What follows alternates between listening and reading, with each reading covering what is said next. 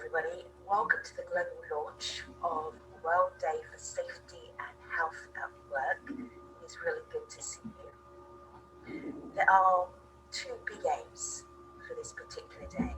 One is to raise awareness. The other one is to draw attention and make sure that workers' rights are being observed when it comes to safety and health at work. My name is Femi Oke. I will be your moderator for this event. Thank you for joining us. If you speak French or Spanish and you would like to have interpretation, you can find a little globe at the bottom of your Zoom dashboard, and that is where you will find those two languages, French and Spanish, and I am speaking English. Thank you so much. We are going to start our program today because when we're talking about awareness for safety and health at work, a situation that we find ourselves in a global pandemic means that all of us are going to be leaning in. It's good to see you, Guy Ryder, the Director General of the ILO. Over to you.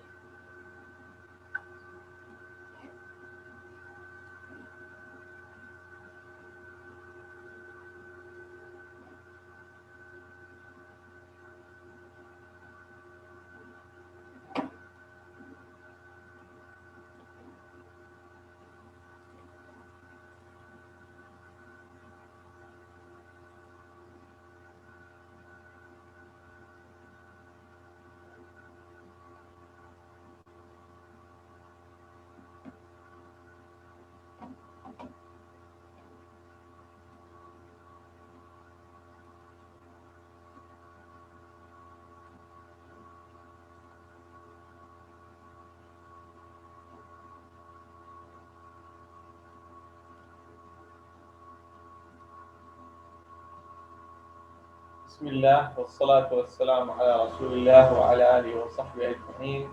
أهلا وسهلا بكم في دبلوم الأمن والسلامة، ونرحب بكم جميعا ونسأل الله لنا ولكم التوفيق والسداد. اليوم سنتحدث عن اليوم العالمي للسلامة والصحة المهنية وتعزيز بيئة العمل الآمنة.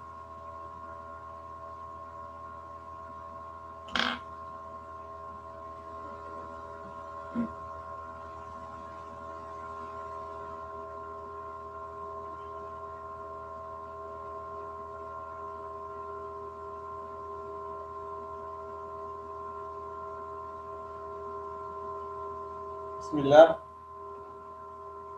Hello. 1 2 3 1 2 3. السلام عليكم.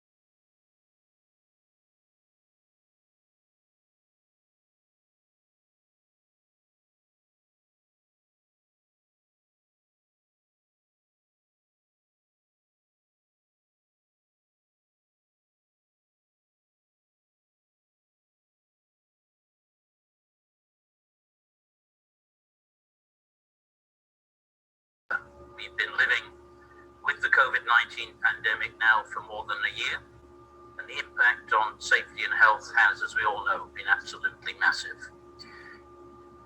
Everyone in the world of work has had to deal with the risk of infection. Working indoors in close proximity to colleagues or the public has created additional risks, as has shared transport, shared eating places, and accommodation. But some of those workers that we depend upon most have been even more exposed. I'm thinking particularly of emergency staff, social services and healthcare staff, but there are many more. And as the pandemic has unfolded, we've also seen how its threat extends beyond infection by the virus itself. People people with work-related non-communicable diseases have been unable to get the treatment that they need, and some new working practices, and we discovered many of them over the last year, such as teleworking, have themselves created their own OSH issues. Here we can think of psychosocial, ergonomic, and chemical hazards. There's also been an increase in work-related stress and even violence and harassment. And so I think that there could be no clearer demonstrations than these of the importance of a strong, resilient occupational safety and health environment, both for recovery and for prevention. And this will require better national policies, institutional and regulatory frameworks, properly integrated into crisis response frameworks. We will need effective information and advisory services. We will need sound data collection and research, all of this backed up by good multilateral cooperation and adequate investment. Governments, employers, and workers' organizations will all need to be involved and to work together. Social dialogue will be vital so as to agree and to implement the effective and inclusive responses that we need, ones that work for all, including the most vulnerable and those in the informal economy, who are 6 out of every 10 workers. And together with this tripartite cooperation, international labour standards will also play an absolutely crucial role. They showed their worth already during the pandemic, protecting workers and safeguarding decent work, and now they can help to shape the strong, sustainable, and equitable recovery that we want and need. And that needs to be a recovery with safe work for all. Thank you. Roberto Suarez Santos is the Secretary General of the IOE. Roberto, welcome.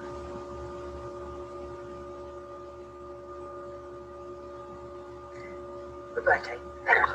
Thank you very much for this invitation. We really appreciate the effort that ILO is taking in this World Day for Safety and Health. Protecting workers' lives and ensuring their welfare has a lot to do with business continuity and business resilience. It's at the top priority for employers already for many years, but the pandemic has underscored the importance of health and safety working environments. There's no doubt about that. And I keep saying that those who believe that health and safety at work will go back to normal after COVID-19, after we hopefully will overcome the pandemic, those who believe that we'll go back to the normal after COVID-19 on health and safety at work, health and safety at work should and will be enforced. And we are committed as global employer community for that. But beyond that, what appears clearer and clearer is that there will not be a quick recovery, even less a resilient recovery, if we do not answer properly, if we do not give employees and the workplace the right measures for health and safety at work. We want to be very clear on that. We also have witnessed incredible efforts by workers and employers to adjust work organization, put in place adequate safety protocols in a very, very short period of time, secure protective equipment, encourage workers to adhere to necessary hygiene and distances measures. But there has been many challenges, uncertainties and incoherence among regulations, among protocols, also risk management, etc. Workers are still dealing with this uncertainty when they have to deal with physical distance, with mass ventilations, air conditions, tests, vaccination. We have important set of standards at global and national level. International level standards, as Guy Ryder has underlined, gave us a good basis, and we are referring also to Convention 187 post the pandemic.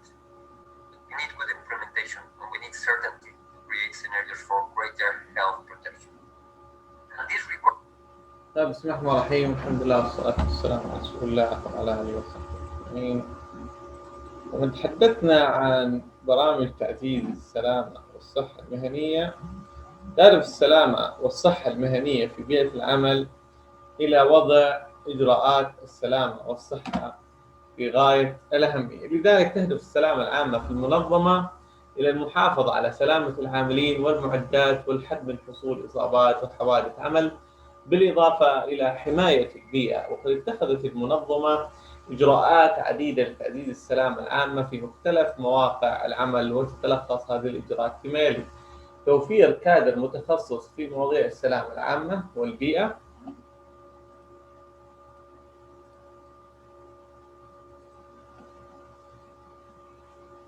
تبنى أحدث الأنظمة لإدارة الجودة والسلامة والبيئة، متابعة إعداد وتحديث التعليمات التنظيمية المتعلقة بسلامة العاملين، تشكيل لجنة عليا للسلامة العامة في المنظمة، وتخصيص مراقبي سلامة عامة في المشاريع الرئيسية للمنظمة، وعقد ورش عمل ودورات في مواضيع السلامة العامة والإطفاء لموظفي المنظمة، تثبيت لوحات إرشادية وتحذيرية بمختلف أنواع العمل، متابعة إصابات العمل في مختلف المواقع وإعداد التقارير الدورية، التحقيق في إصابات العمل لمعرفة الأسباب الحقيقية لهذه الإصابة والحد من حصولها مستقبلا.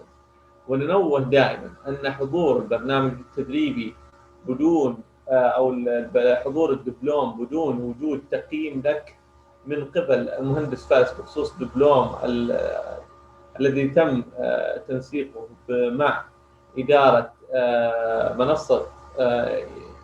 منصة تجويد، يعد دبلوم لاغي، لأنه يجب أن يتم تقييمك بشكل صحيح حتى تعمل في مجال الأمن والسلامة، وليس مجرد حضور المحاضرات المسجلة فقط. ننتبه هذه النقطة، نقطة مهمة. حضورك للمحاضرات المسجلة بدون تقييم لك من قبل مهندس أو استشاري في مواضيع الأمن والسلامة يعد مخالف للأنظمة، وبالإمكان وجود شخص قد يأخذ هذا الدبلوم ويقوم بعدم حضور أي برامج تسجيلية ويقول أن حضرت هذا. لا بد أن يكون هناك تقييم، وهذا التقييم يعد أولوية في غاية الأهمية. ولذلك شرحنا أكثر من مرة أن متابعة جاهزية معدات إطفاء الحريق عادة هو ما يتم التطلع عليه في أنظمة السلامة والصحة المهنية وأنظمة الإنذار. والاختلاف بين أنظمة الوقاية والحماية من الحريق للإطفاء والإنذار هو اختلاف إما ميكانيكا أو كهرباء. لذلك تقسم أنظمة السلامة الخاصة في الحرائق ثلاث أقسام. عليكم السلام ورحمة الله وبركاته. أهلين أستاذة صفية. أنظمة الأمن والسلامة بالنسبة للإطفاء والإنذار تقسم إلى ثلاثة أقسام رئيسية. القسم الأول أنظمة الإطفاء المعمارية، أو بسموها السلامة المعمارية لأنظمة السلامة، وهي ما تتعلق بمخارج الطوارئ ومسالك الهروب ونقاط التجمع. وعندنا أنظمة السلامة الميكانيكية الخاصة بمعدات المضخات الحريق ومرشات الحريق والطفايات اليدوية ومنافذ الدفاع المدني وغيرها من متطلبات ميكانيكية داخل المنشأة، بالإضافة للغاز الخامل والمعدات السلامة العامة التي تتطلب وجود أعمال ميكانيكية لإطفاء الحرائق.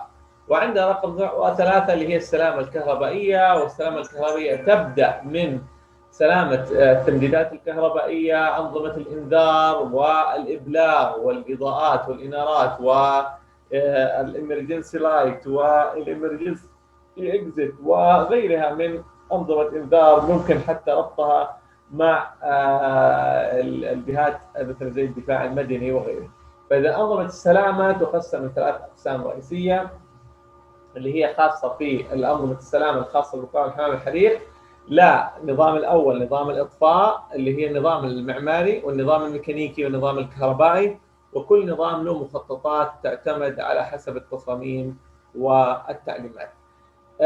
المشاركة مع المنظمات والمؤسسات المحلية والعالمية في النشاطات المتعلقة بالسلامة والبيئة والصحة، إعداد برامج التفتيش الدوري والقيام بدورات مراقبة وتدقيق فني على أمور السلامة العامة والبيئة على مختلف المواقع لتأكد مدى مطابقتها عمليتها لأنظمة تعليمات السلامة العامة والبيئة والصحة.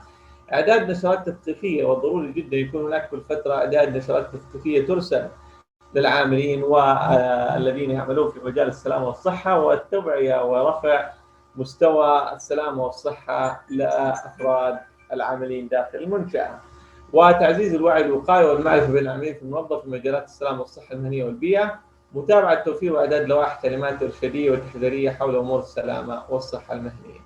تعرف سياسة السلامة المهنية التي تتجه المنظمة أو المؤسسة إلى تفادي حدوث أي ضرر قد يمس بالأفراد أو التجهيزات، فكل العاملين في المراسم أو من ينوب عنهم مسؤولين عن سلامتهم وسلامة من حولهم. تقع مسؤولية التعريف بهذه القواعد على عاتق الإدارة العليا، وذكرنا عدم وجود إدارة عليا تدعم منظومة الأمن والسلامة داخل الجهات. منظومة الأمن والسلامة بمفهومها الشامل وليس المفهوم المقنن أو البسيط كالحراسات المدنية التي تسهل على التدريب عليها ومراقبة تنفيذها من أجل ضمان الالتزام بها وحسن الإدارة. من الضروري أن نؤكد على ما يتعين عدم القيام بالعمل إلا بعد إجراء تقييم المخاطر. دائما من ضمن الإجراءات الرئيسية عدم القيام بأي عمل دون وجود تقييم المخاطر ومراقبة إجراءات السلامة المناسبة لمستوى الخطر القائم. يتعين وجود تدريب للأفراد وتوفير الكفاءة اللازمة لديهم. يتعين ارتداء معدات الحماية الشخصية. يتعين وضع خطة لمواجهة الحالات الطارئة، وذلك بناء على مراجعة سيناريوهات الطوارئ المحتملة قبل الشروع في العمل. على كل فرد الالتزام بوقف أي عمل يكون غير آمن. ناتي إلى إدارة التغيير. يتعين عدم القيام بأي عمل ناشئ على التغييرات المؤقتة والدائمة بالنسبة للمنظمة والعاملين والأنظمة، العمليات الإنتاجية والإجراءات والأجهزة والمنتجات أو المواد والمهمات، وكذا القوانين واللوائح إلا بعد إتمام عملية إدارة التغيير. إدارة التغيير هي إدارة مهمة جدا، وغالبا يعني يتم مقاومتها من ضمن الموظفين والموظفات، ولا يقبلون التغيير بسهولة. لذلك إدارة التغيير إدارة مهمة جدا، وفهمها يعد وسيلة في غاية الأهمية. وفي بعض المؤسسات والشركات الكبيرة توظف إدارة مستقلة كاملة في حال وجود تغيير مثلا جذري في الإدارة العليا أو تغيير في المناصب القيادية، لحيث أنه يتم تسهيل التغيير داخل المنشآت. تتم عملية تقييم المخاطر لمعرفة كل الجهات التي ممكن تتأثر بالتغيير، وضع خطة عمل تحدد بوضوح الجدول الزمني للتغيير وأي إجراءات مراقبة تعين تنفيذها فيما يتعلق بالمعدات، التسهيلات والعملية الإنتاجية، العمليات والصيانة وإجراءات التفتيش، التدريب والعملية واتصالات التوثيق. يتعين اعتماد خطة عمل من طرف الشخص أو الأشخاص المسؤولين. مهم جدا موضوع إدارة التغيير. لذلك أنت لما تطبق أو أنت لما تطبقين موضوع أن وجود إجراءات وقائية أو إضافة أدوات سلامة أو خلينا نقول إجراءات معينة تتعلق في السلامة، لا بد من وجود إدارة التغيير في وضع المهام الأساسية. ليش؟ لأنه أنت غالبا يعني أمور السلامة تحتاج لتغيير داخل المنشأة، تحتاج إلى تفعيل، تحتاج إلى وضع حلول وآلية معينة لفهم وتسهيل الإجراءات المتعلقة بالسلامة والصحة المهنية، وهذه تعتبر تغيير. فالتغيير غالبا يتم مقاومته من قبل الموظفين والموظفات وأي شخص. عادة أي شيء مثلا في حياة الإنسان اللي تدخل عليه غالبا هو إيش؟ غالبا يحدث هناك عدم رغبة في التغيير. لذلك وجود إدارة فهم هذا التغيير في غاية الأهمية حتى لا تحدث عملية عكسية في مواضيع السلامة والأمان.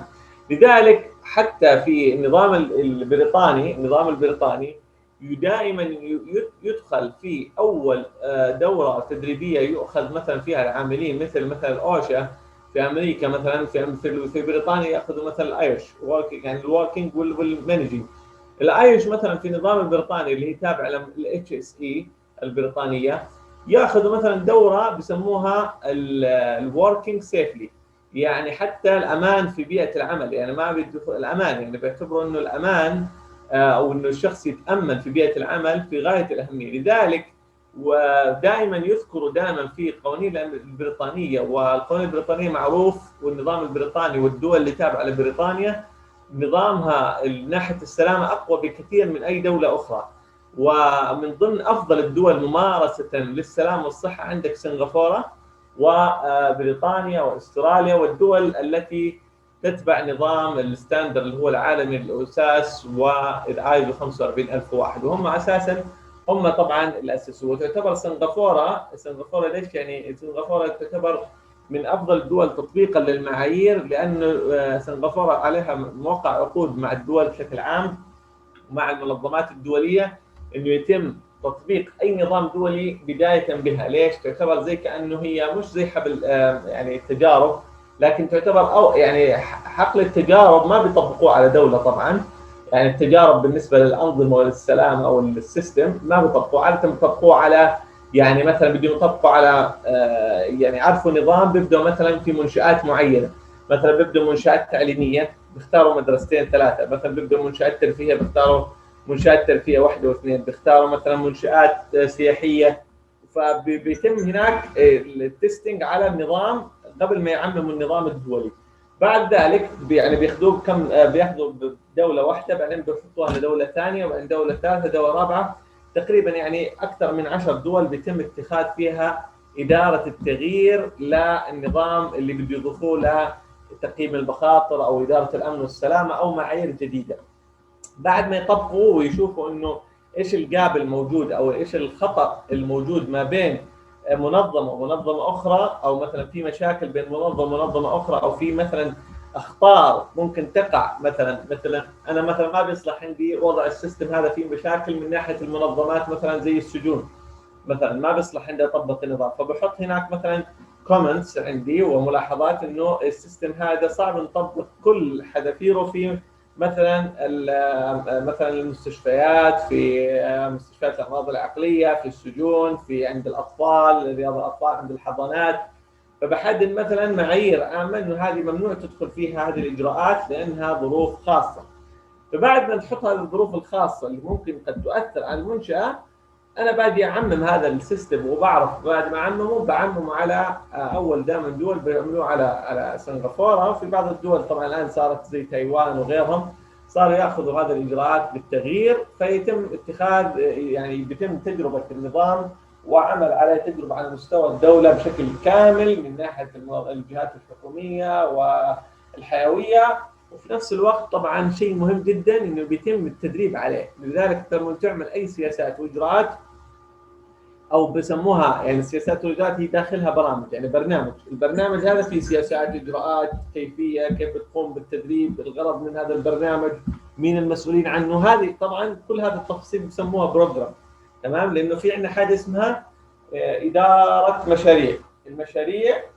المشاريع فيها برامج، البرنامج الواحد فيه مشروع، تمام، والمشروع بعدين تحته فيه الخطه تبعته والتنظيم والاخره والخطط والغرض منه والاخره. فموضوع معرفه الاداره بشكل اكبر ومعرفه الخطوط العريضه في التطبيق في غايه الاهميه، ومعرفه انت بمستواك من ناحيه اداره مشاريع او اداره مثلا برامج او اداره تغيير، معرفه مستواك بالنسبه للقوانين والتشريعات والانظمه والفروق ما بين متطلبات ولوائح وتشريعات واوامر وتعاميم. كل هذه لازم الشخص اللي بده يشتغل في وضع الاستشارات العامه او الخاصه داخل منظمه او على مستوى مثلا مدن او على مستوى دول لابد يفهم فيها حتى يكون هناك معرفه فيها. طبعا في هناك حاجه اسمها القانون والتشريعات المحليه، وفي قوانين تشريعات دوليه. يعني ايش اللي بيحكم بين دوله في قوانين دوليه، مين اللي بيتحكم فيها، ايش القوانين، مين الحكم في القوانين الدوليه. عاده في دول كثيره مثلا بتحكم عاده دوله اخرى، يعني يصير هي الحكم. يعني مثلا لما توقع اتفاقيه بين دوله ودوله بيدخل مثلا بيتفقوا اتفاقيه انه بيعطوا الحكم والقانون والاجراءات مثلا مع دوله ثالثه محايده في حال اختلف مثلا الدولتين في القوانين الدوليه. يعني مثلا هذه من ضمن الامور اللي بيتم عاده بين الدول اللي مثلا بينها اتفاقيات سابقه، مثلا اتفاقيات عسكريه، اتفاقيات حكوميه، وبعد ذلك يتم وضع الاتفاقيات الاقتصاديه واتفاقيات السلامه وغيرها.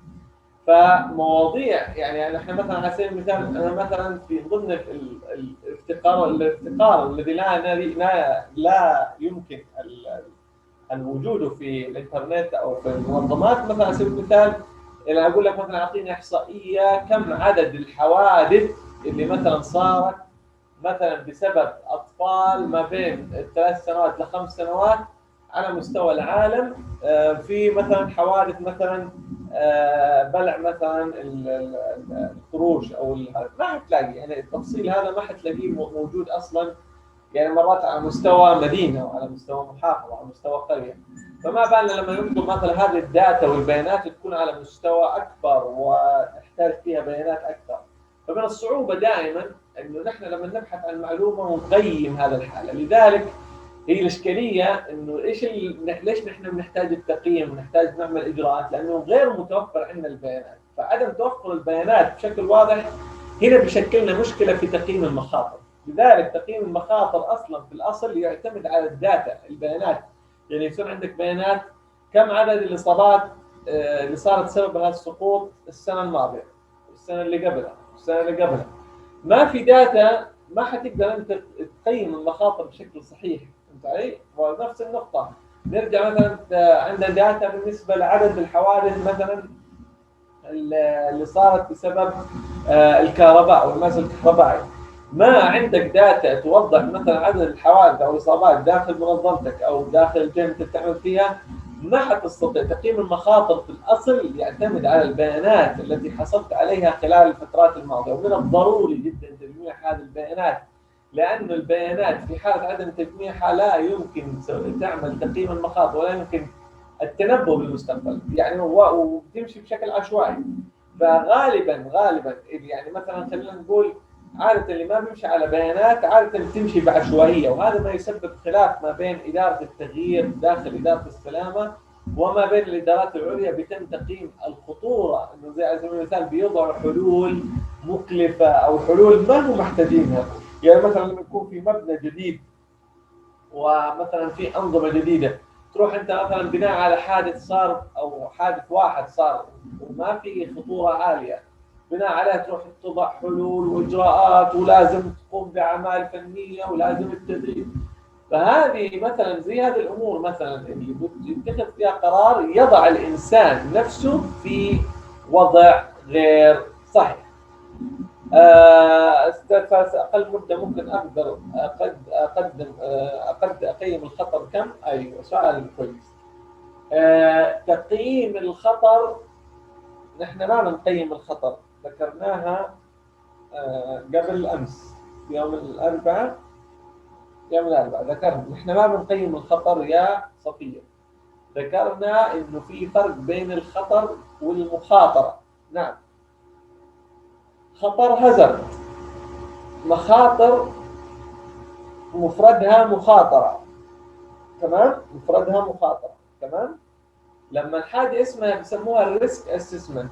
الريسك اسسمنت أول نقطة من الأخطاء الشائعة اللي تقام بها إنه بيقيمها شخص واحد.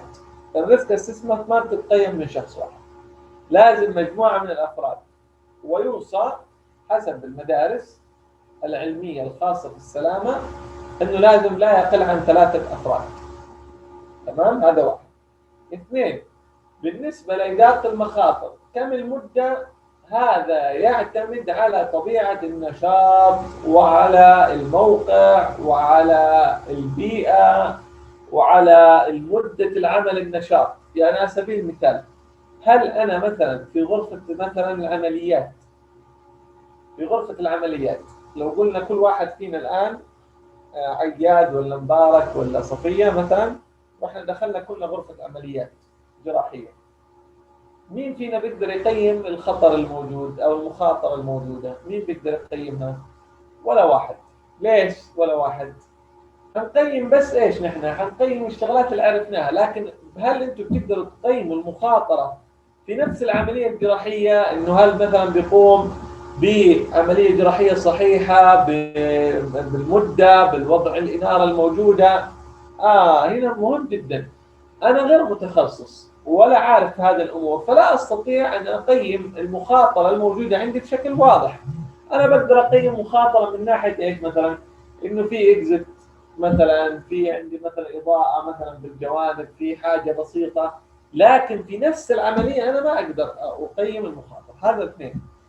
إذا أنا أحتاج مختصين معايا حسب المخاطرة اللي بتعامل معها. يعني أنا بتعامل مع مثلا أعمال إنشائية، حفريات، أنا محتاج مهندسين مدنيين يقوموا بمعرفة موقع العمل والمخاطرة الموجودة. أنا مثلا بدي أقيم مخاطرة مثلا مطبخ، بجيب مثلا شيف، تمام معايا، يقيم المخاطرة. أنا محتاج أقيم مثلا خلينا نقول مصنع حديد، تسليح وحديد وكذا، أنا محتاج فريق. طيب السؤال اللي سألته صفية، أنا كم أحتاج وقت؟ الوقت هنا يعتمد على حسب النشاط ومدته وبيئته ومقدار عمله. يعني نحن أعطينا أمثلة الآن على مستشفيات، مثلا على مصانع. يعني إيش يعني؟ يعني أنا الحين لما أجي على موقع منشأة مثلا زي برج المملكة، أقول لك والله قيمين المخاطر اللي فيها. تقول له طب أنا كيف بدي أحسبها الآن؟ برج كبير جدا، أنا بدي ألف عليه لحالي، أدي فريق. طب الفريق هذا كيف بده يقيم؟ طب إيش المخاطرة اللي بدي أقيمها؟ هل مخاطرة حريق؟ هل مخاطرة سقوط؟ هل مخاطرة كهرباء؟ هل مخاطرة مواد كيميائية؟ هل مخاطرة أمنية؟ هل مخاطرة اختراقات؟ هل مخاطر مثلا تقنية معلومات؟ هل مخاطر مالية؟ حسب المخاطرة. هل مخاطر تسرب مواد كيميائية؟ هل مخاطرة اللي هي بيسموها الكوارث المناخية؟ ما أقدر أحدد ولا يمكن أستطيع أن أحدد. طيب هنا مين بيحدد؟ المخاطر أول شيء، وتقييم المخاطر. يتم تقييم المخاطر، طبعا حنيجي على الدروس هذه خلال الفترة القادمة لكن سألتوها الآن ما في مشكلة. تقييم المخاطر يعتمد على عدة أمور. متى أقيم؟ أول شيء أقيم إذا مثلا أحتاج أقوم بعمل ما. يعني أنا مثلا محتاج مثلا أعمل أعمال حفريات، محتاج مثلا موظفين راح ينتقلوا من موقع لموقع آخر، لازم أقيم المخاطرة اللي ممكن تحصل في خلال النقل. مثلا أنتم مثلا في المختبر حتقوموا بعمل مثلا دخول مواد جهاز جديد على سبيل المثال، جايبين جهاز جديد داخل المختبر اللي أنتم بتشتغلوا فيه. طيب انتوا بتفكروا هل الجهاز الجديد هذا ايش المخاطر اللي ممكن يقعها نتيجه هذا الجهاز؟ تصيروا تفكروا زي كذا. طيب حيجي مثلا تفكروا تقول والله التيار الكهربائي ممكن ما يكفي، ممكن يصير لود زياده وهذا حيأثر على الموقع. هتيجي تفكروا تقولوا والله طيب الجهاز هذا موقعه ممكن في حراره، الحراره هذه ممكن تسبب مشكله على اجهزه ثانيه. تصير تفكروا زي كذا. طيب نفتح مثلا دليل التشغيل لهذا الجهاز. دليل التشغيل عنده توصية يقول لك لازم ترفع الجهاز على ارتفاع مثلا متر عن الارض. طب انا مثلا السقف عندي والجهاز طويل، ما بيكفي مثلا انه يوصل للسقف على الاخير، ممكن هذا اطول من السقف الموجود على سبيل المثال. طب انا الجهاز اللي عندي ما في مكان له، فبحاول ابحث عن مكان اخر او بديل او في جهاز اخر. طيب الجهاز هذا فيه مخاطرة أيضا إنه الإنسان اللي بيستخدمه محتاج تدريب، فأنا بحط جدول تدريب لهذا الجهاز. طيب أنا عندي الجهاز هذا فيه مخاطرة من ناحية إنه فيه حرارة بيعطي، ممكن واحد ينحشر يده، ممكن تنتشر مواد سامة منه. فأنا بعمل إيش؟ بعمل مثلا لوحات إرشادية، معلومات عنه، بعمل أورينتيشن، بعمل خطر مثلا. تمام؟ الجهاز هذا مثلا محتاج معدات حماية، جلافز معين، حماية للعينين، جوجلز، محتاج ماسك، محتاج فلترة. هذا الجهاز محتاج تهوية معينة، فبطلب مثلا من الصيانة انه وفقا لشركة التشغيل محتاجين تهوية لازم مناسبة للجهاز. كل هذه الامور شوف اعتمدت على جهاز واحد بسيط دخلناه على الموقع. فما بالنا لما نقيم على مستوى مؤسسات، جهات، مواقع. الموضوع مش بسيط انه نقيم نحن المخاطر، وهي من اصعب الامور خلينا نقول. واللي بيفهم فيها طبعا في مجال الامن والسلامه بكون طبعا بيرفكت، لانه كنت كانك انت بتجيب ايش؟ بتجيب الحته اللي فيها نقطه ضعف، بتجيب المخاطره نفسها اللي فيها اخطر شيء. ودائما نراعي دائما لما نقيم المخاطره لازم نركز على اكثر امور فيها مخاطره. يعني امور ممكن تسبب وفيات، ممكن تسبب اغلاق منشاه، ممكن تسبب كارثه، ممكن تسبب لا قدر الله وفيات مثلا زي مثلا مثلا عجز، تمام، اعاقه. تمام، كل هذه الامور اللي ممكن تكون بسبب المخاطره لازم نركز عليها، اللي هي أصعب أمور أو أخطر أمور ممكن تقع. بناء عليها على المخاطرة بنحط حلول، والحلول هذه طبعا والمعالجات بيتم اتخاذ قرار فيها إذا كان فيها كلف مالية، فيها أقل من كلف مالية، فيها توجيه لك مباشرة تحل الموضوع بدون الرجوع. هذه تعتمد على حسب سياسة الشركة. نحن مثلا مع الشركات الكبيرة مثلا على سبيل المثال ايش بنسوي عشان مثلا تكون الموضوع سهل وبسيط؟ اعتقد الجهات الحكوميه صعب جدا يقوم بهذا الاجراء الا اذا بعد اذا تخصصت كلها طبعا بشكل كامل. بالنسبه للقطاعات الكبيره مثل الجهات الحكوميه ايش بيسووا؟ عاده بيجوا للمسؤولين حقون الامن والسلامه بالذات المدراء الادارات او مدراء الوحدات، بيقولوا له مثلا خلاص ما دام هو عارف في المخاطر وبتحمل مسؤوليه حسب السياسه، بيعطوه عهده ماليه مبلغ معين. تمام؟ يعني عهده ماليه مثلا ممكن تكون مليون ب 10 مليون حسب 100,000 50,000 حسب قدره الشركه وكبرها، وبيعطوه هذه العهده لما تصير في اي حاله طارئه او امرجنسي له صلاحيه انه يتخذ قرار من خلال عهدته بانه يجيب فريق عمل من برا يتعامل مع كونتراكتور خارجي، هو نفسه يقوم بتوريد امور تتعلق بالسلامه، يعني يتخذ اجراء مباشر بدون الرجوع لاي اداره. تمام؟ هذه بعض الشركات الكبيره بتعملها. ليش؟ لانه بتحل مشاكل كبيره جدا، لانه لو تدخل في موضوع مشتريات وتنزيل عقود وشراء مباشر حتدخل في دوامه مزعجه جدا، ويمكن تصير الحريق وتطفي وعاد لسه ما جت موافقه لاتخاذ قرار. تمام؟ فهذه من ضمن الحلول اللي بيتم وضعها مباشره، حتى يعني انت لما تقيم المخاطر خلاص تصير انت لحالك تعرف الاجراء. يعني في بعض الناس اللي مثلا المختصين الاستشاريين مباشره حتى بدون ما يعمل كيبلز المخاطره بيعرف انه هذه خطوره عاليه. يعني على سبيل المثال انت لما تشوف طفل بده يقطع الشارع، ايش هذه الخطوره؟ خطوره عاليه ولا منخفضه ولا متوسطه؟ مخاطره عاليه ولا متوسطه ولا منخفضه؟ قولوا.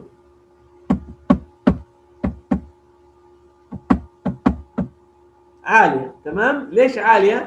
لانه يعني غالبا 100% انه لو صارت جت سياره صدمت الطفل حيموت. تمام؟ يعني او يصير له اعاقه. فانتوا بناء على ايش قيمتوا؟ ما سوينا جدول ولا سوينا تيبلز ولا شيء، مباشره انت بتلحق الطفل تمسك يده. تمام؟ فهنا مثلا زي هذه الامور، مثلا هذه مثلا مثال بسيط، زي هذه الامور مثلا لما تحصل في جهات او مواقع او تحس انه في امرجنسي مباشره يجب على مسؤول السلامه في الموقع اتخاذ قرار بدون الرجوع لاي شخص. تمام؟ حتى لو كان فيها كلف ماليه او مثلا فيها مصاريف محدوده يتم مباشره اتخاذ قرار دون الرجوع للادارات المعنيه. طيب ان شاء الله وضحت يا صفيه المعلومه. الاجابه ممتاز. تمام؟ يعني في امور نقدر نقيمها بسرعه وفي امور نقدر نقيمها اكبر، ما في وقت معين اقدر احدد في انه متى اقيم المخاطره. تمام؟ طيب طبعا موضوع الله يعافيك، موضوع التقييم المخاطر عشان تكون بالصوره ما ينفع الورقي. يعني الان ما في حاجه اسمها ورقي، يعني موضوع الورقي اني امشي على ورق واظل اكتب ما في، انتهى هذا الموضوع لانه الموضوع متغير. يعني المخاطره اليوم 5، بكره بتصير 6، بعده بتصير 7، تمام، بعده بتصير 8، بتزيد. هذا السبب الزياده لانه كل ما زاد الفتره انك ما حلت بتزيد المخاطره. لما يجيك ناس اكثر، لما يجي زوار اكثر، لما يكون في مثلا ناس جدد، لما يكون في فيزيتر في الموقع، لما يكون في مقاولين اكثر، كل ما زادت الفتره بتزيد المخاطره وممكن تقل مع الفتره. فالتغيير هذا اللي قاعد يحصل له متغيرات. فتخيل ان كل شيء قاعد تغير على ورق، مزعج جدا اصلا، ما ممل الوضع. تمام؟ فلازم يكون عن طريق سيستم، والسيستم هذا طبعا له فانكشن ومعادلات ومبرمجه، ومربوط حتى في الانظمه، يعني مش مجرد انه والله اقول والله اشتغل يدوي وحتى ابلغ بيانات بالكمبيوتر، لا، مربوط في سيستم مثلا زي البي ام اس. مين بيعرف البي ام اس؟ بي ام اس في حد يعرف؟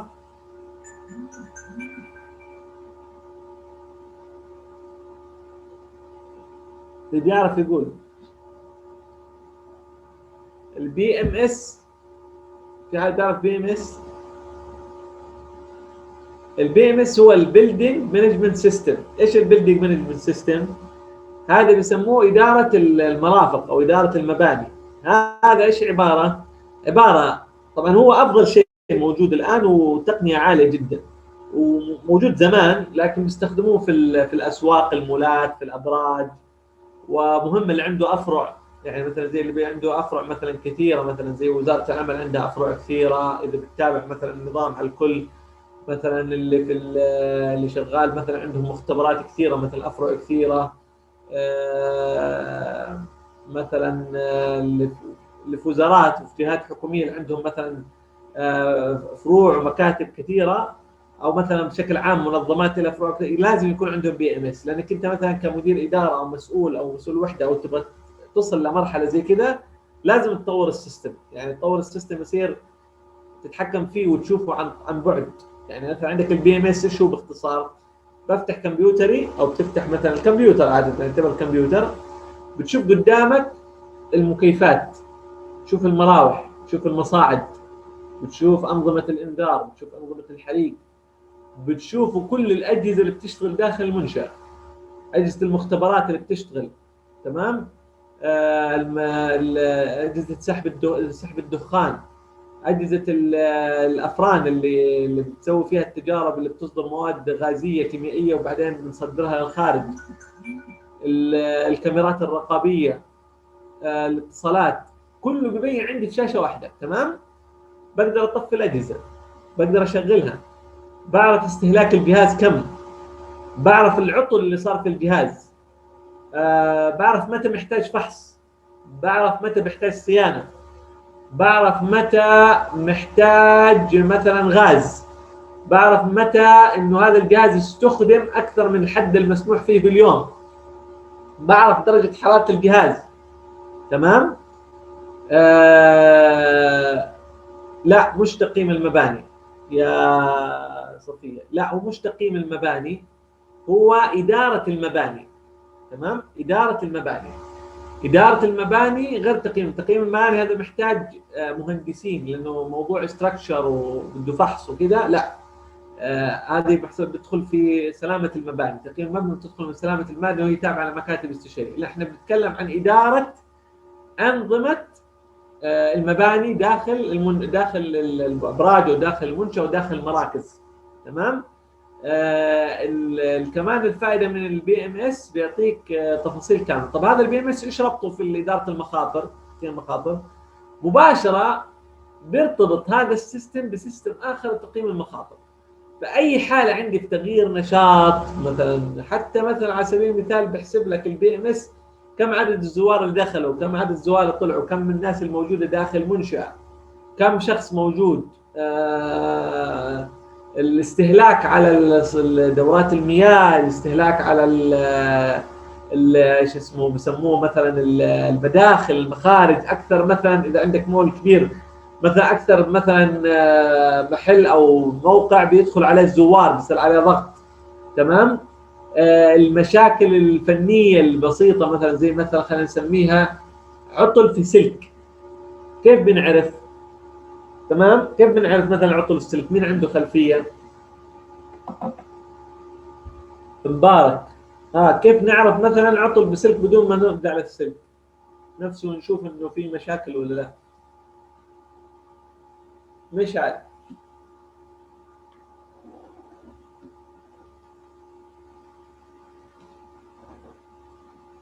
كيف نعرف انه في اعطال في الاسلاك؟ اللي قاعد بالسياره او قاعد بسمع شايفكم كلكم. لا يا مش عارف، محلانا ونحن حاطين الاوبوميتر في كل الاسلاك، صعب جدا، صعب. مستحيل. سواء انت عندك مثلا سلك جوا الحيطه كيف تحط الفوميتر؟ صعب. ها مين يقول؟ مين مر عليه المعلومات هذه سابقا؟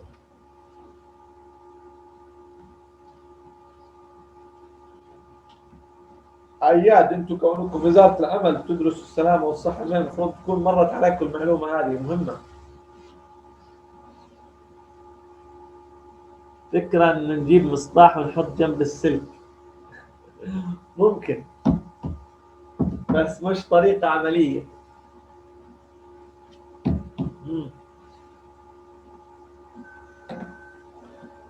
شفت مرة واحد من إخواني، نعم يعني طريقة بدائية ممكن يعملوها صح، لكن نتكلم مثلا على مباني، مساحات، قبل ما يعني لما صار في خلل في سلك أو تمديد، أو واحد مثلا ركب مثلا سخانة أو ركب حاجة ممكن تسبب خلل في التمديدات الكهربائية. طيب هذه ببساطة في عندنا حاجة اسمها الفايبر، اسلاك الفايبر هذا في مشروعنا في برج الساعة. مددوا سلك فايبر مع الاسلاك الكهربائية الممتدة في داخل المبنى كله. ايش بتسوي اسلاك الفايبر؟ اسلاك الفايبر لو صار في خلل في جزء بسيط، يعني بملي واحد في سنتيمتر واحد في جزء بسيط من السلك جوا المبنى كله، بيعطي تنبيه للبي ام اس، بقول له في الطابق الفلاني في الغرفة الفلانية في الموقع الفلاني ترى في مشكلة في السلك، او في حدا محمل لود زيادة او في حرارة زيادة، فروحوا امسكوه او شوفوا السلك شو مشكلته مباشرة.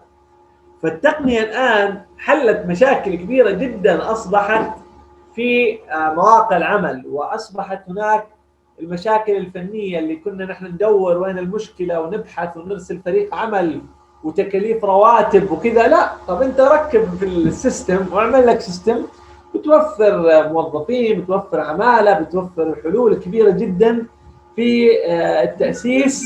وهذا طبعا من التقنيات والحلول المعالجات الفنية اللي من المفترض تكون داخل المجمعات والأعمال الحالية.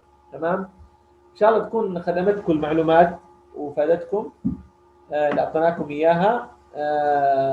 نحن حناخذ بريك الصلاة، وإن شاء الله نعود بعد ذلك. طبعا نحن عندنا اليوم الموضوع الإثرائي عن اليوم العالمي للسلامة، وهو يوم طبعا يكون 28/4. طبعا السنة هذه كان يركز على الكوفيد 19 ومشاكل العدوى، لأنه مشكلة خلينا نقول شائعة. يمكن حتى لو تعرفوا الآن يمكن كل المعلومات والأحداث اللي قاعد تحصل يمكن الفترة الحالية، يعني الله يستر، يمكن في عودة للإجراءات الاحترازية الأولى، وممكن تكون في تشديد أكثر، وممكن حتى يكون في لقاح ثالث. فالموضوع حتى في دول رجعت تسكر والله يستر. فالموضوع مهم ولابد يعني التركيز فيه في أعمال السلامة والصحة المهنية، لأنه موضوع يعني أغلق منشآت وأغلق شركات كبيرة. يعني شركات طيران اللي كان مستحيل تغلق تسمى تغلق أصبحت يعني للأسف يعني صرحت جميع موظفينها، وفي مطارات أغلقت، وفي دول حتى يعني ما عاد فيها أي أمور تدخل في أعمال السياحة وغيرها. فالله يستر. فنحن حنشرح الموضوع الإثراء اليوم طبعا عن المؤتمر العالمي لمنظمة العمل الدولية اللي هي الILO، وهي ما تعنى بالسلامة والصحة المهنية. فناخذ إن شاء الله بريك الصلاة. طبعا نحن عرفنا أمس، واعتذر من الجميع، إنه في عندنا شباب وأخوان وأخوات موجودين في مناطق كثيرة في المملكة، يعني من ضمنهم في الغرب وفي الشرق، فنعتذر اللي قطعت الصلاة. واللي موجود في الغرب طبعا في فرق تقريبا يعني بحدود 40 دقيقة حسب الجدول. فنحن حنترك نتوقف الآن وحنرجع بإذن الله على الساعة، يعني خلينا ناخذ وقت لهم كويس واللي طبعا تقدروا تطلعوا من البرنامج، اللي بده يطلع من البرنامج ويرجع بعدين ما في اشكاليه، حتى ما يتحمل عليك البطاريه ولا تخلص عليك الانترنت. اطلع من البرنامج عادي وارجع الساعه معانا اليوم عشان الكل ياخذ بريك كويس للساعه 7:30. ارجعوا وبعدها ان شاء الله نكمل.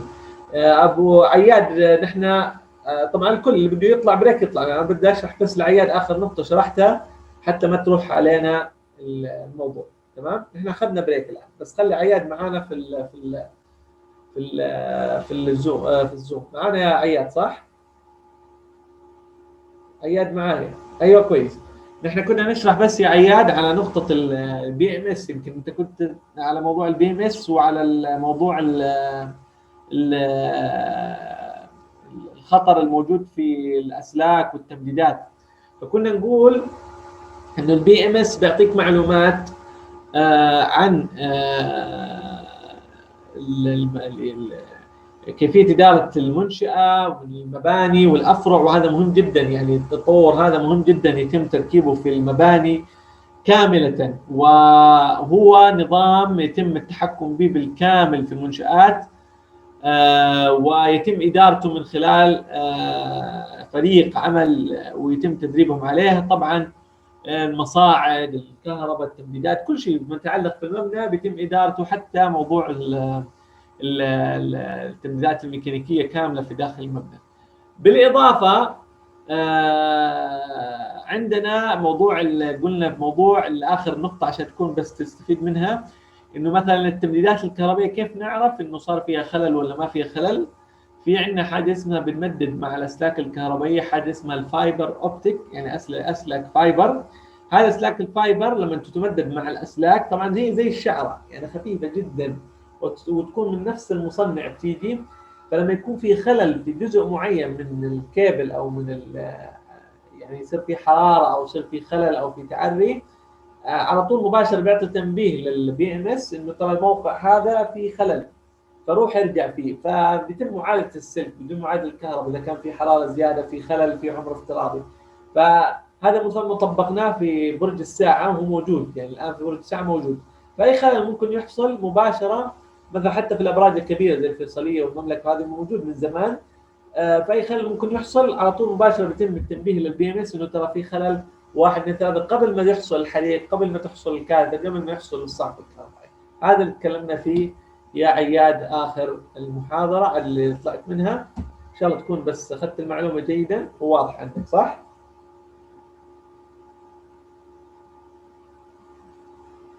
ممتاز. طيب ناخذ البريك على 7:30. نرجع ان شاء الله. طبعا احنا حنتابع المؤتمر منظمه العمل الدوليه تاع الاداره تاع اليوم العالمي للسلامه وكذا. طبعا انا مش حشرح كثير، خلاص حنفتح المؤتمر، وطبعا اللي حاب يحضر يحضره. ما حطالبك طبعا لا تسوي تقرير ولا تسوي شيء، بس عباره عن اليوم اثراء. اللي حاب يحضر عن المؤتمر بيركزوا كثير عن موضوع الكوفيد 19 والاصابات والعدوى والاجراءات الوقائيه اللي يجب اتخاذ فيها قرارات من ناحيه السلامه. نشوفكم على خير باذن الله الساعه 7:30.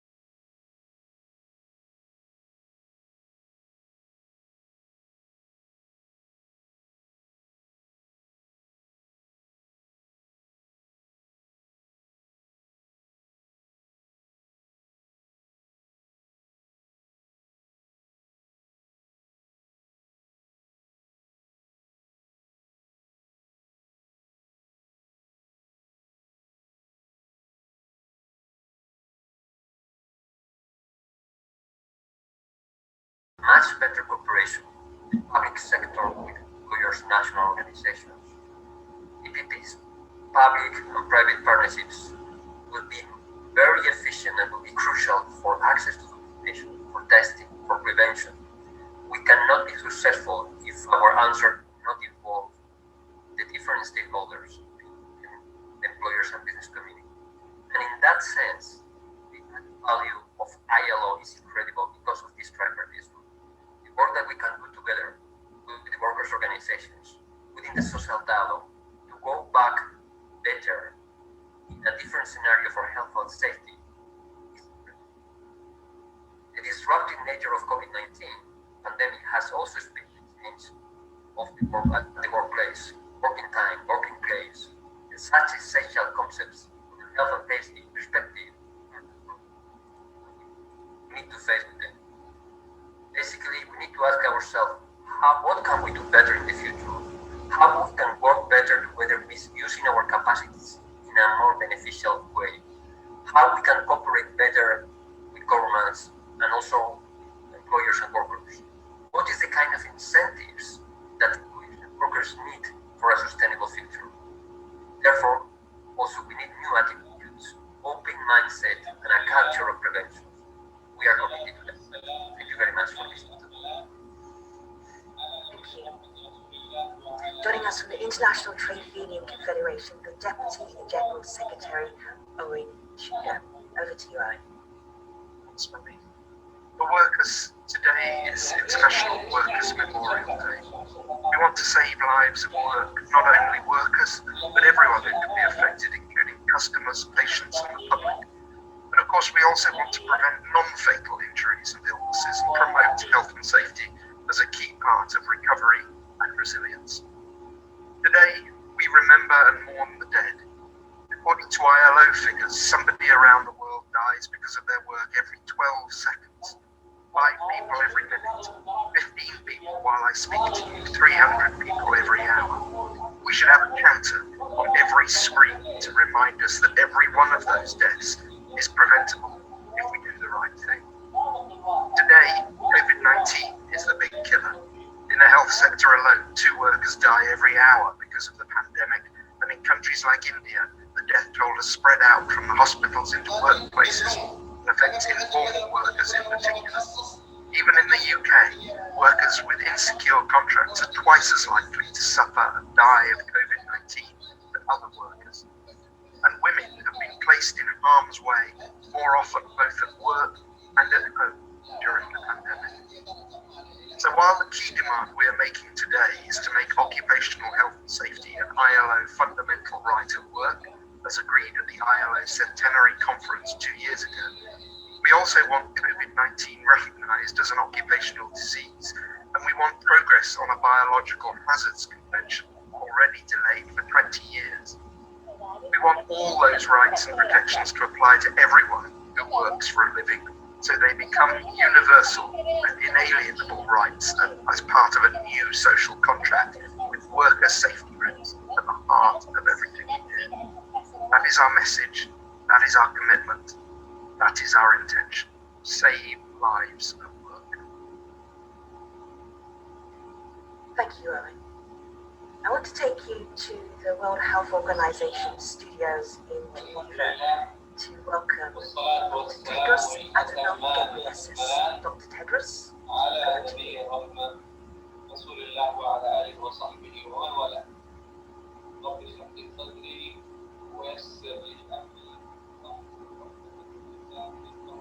Dear Guy Ryder, Director General of the International Labour Organization, Excellencies, representatives of Ministries of Labour, businesses and workers, dear colleagues and friends.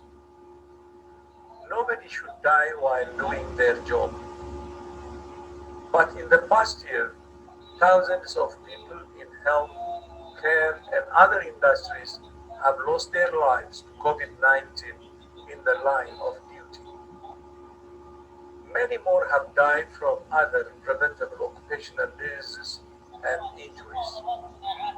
Today, I join you in paying tribute to all people who lost their lives as a result of their work.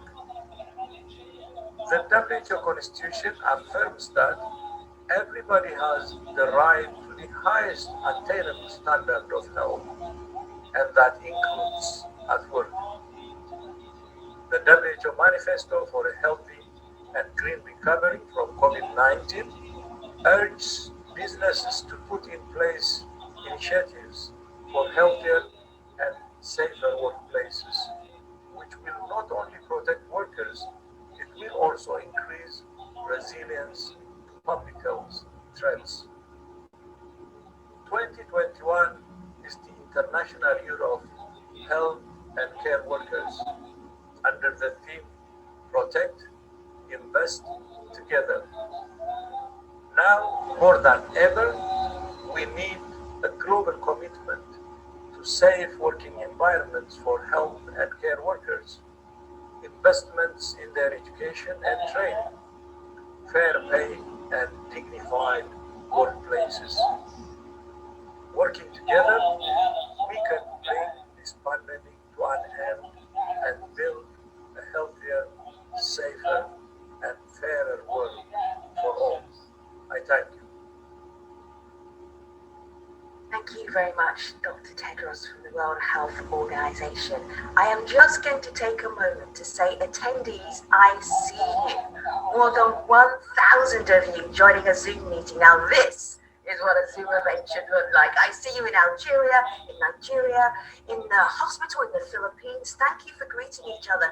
As there are more than 1,000 of you, I don't think this event is long enough for you to say hello to everybody, but I am going to say you a warm greeting on World Day for Safety and Health at Work. I appreciate every single one of you. All right. Now, that was an important thing to do. I have to bring it because today we're also launching a report, and that report is very important. So hello, Joaquin Pintado Nunes, and hello, Manal Azizi. I am going to ask you, Joaquin, first of all, introduce yourself. Tell everybody who you are, what you do. You have an important job. Thank you very much, Femi. So my name is Joaquin Pintado Nunes, and I'm heading the branch of the ILO dealing with occupational safety and health. So you asked me why did we select the topic this year, being on the need to invest in resilient OSH systems. Well, I would say that last year the topic for Safe Day was already focused on COVID-19 and pandemics, and there would be no other option. Well, we know now that the pandemic is still with us, and we see that things are evolving at different speeds in countries, with some countries already quite advanced on vaccination, some other countries still not that far. And this means that it will probably take a while until we can think of COVID-19 as a concrete battle. So we cannot let our guards down. We also have to think of the longer-term effects of this pandemic, namely in terms of mental health. So over the last year, we heard, much about the need for strong and resilient occupational, resilient public health systems, which is of course correct. But it's also important to stress that we equally need sound occupational safety and health systems which are capable of looking into all components of work that may be affected by the current pandemic of COVID-19 and the very special circumstances that they bring to the world of work. So we should learn with this experience and understand that occupational safety and health is important in any context, independently of the toll of death and illness caused by SARS-CoV-2. Already before the pandemic, our estimates revealed that, and Owen already said this, that on average 5 people die every minute due to working conditions. So this year, the World Day for Safety and Health at Work is focused on 2 main ideas. First, that in order to prevent a catastrophe like the one caused by COVID-19, or to tackle other potential crises, other epidemics, major industrial accidents, climate change effects, or any other disruptive event, you need to rely on solid occupational safety and health systems, both at national and workplace level. So there is COVID-19, or to tackle other potential that, and Owen already said this, that on average 5 people die every minute due to working conditions.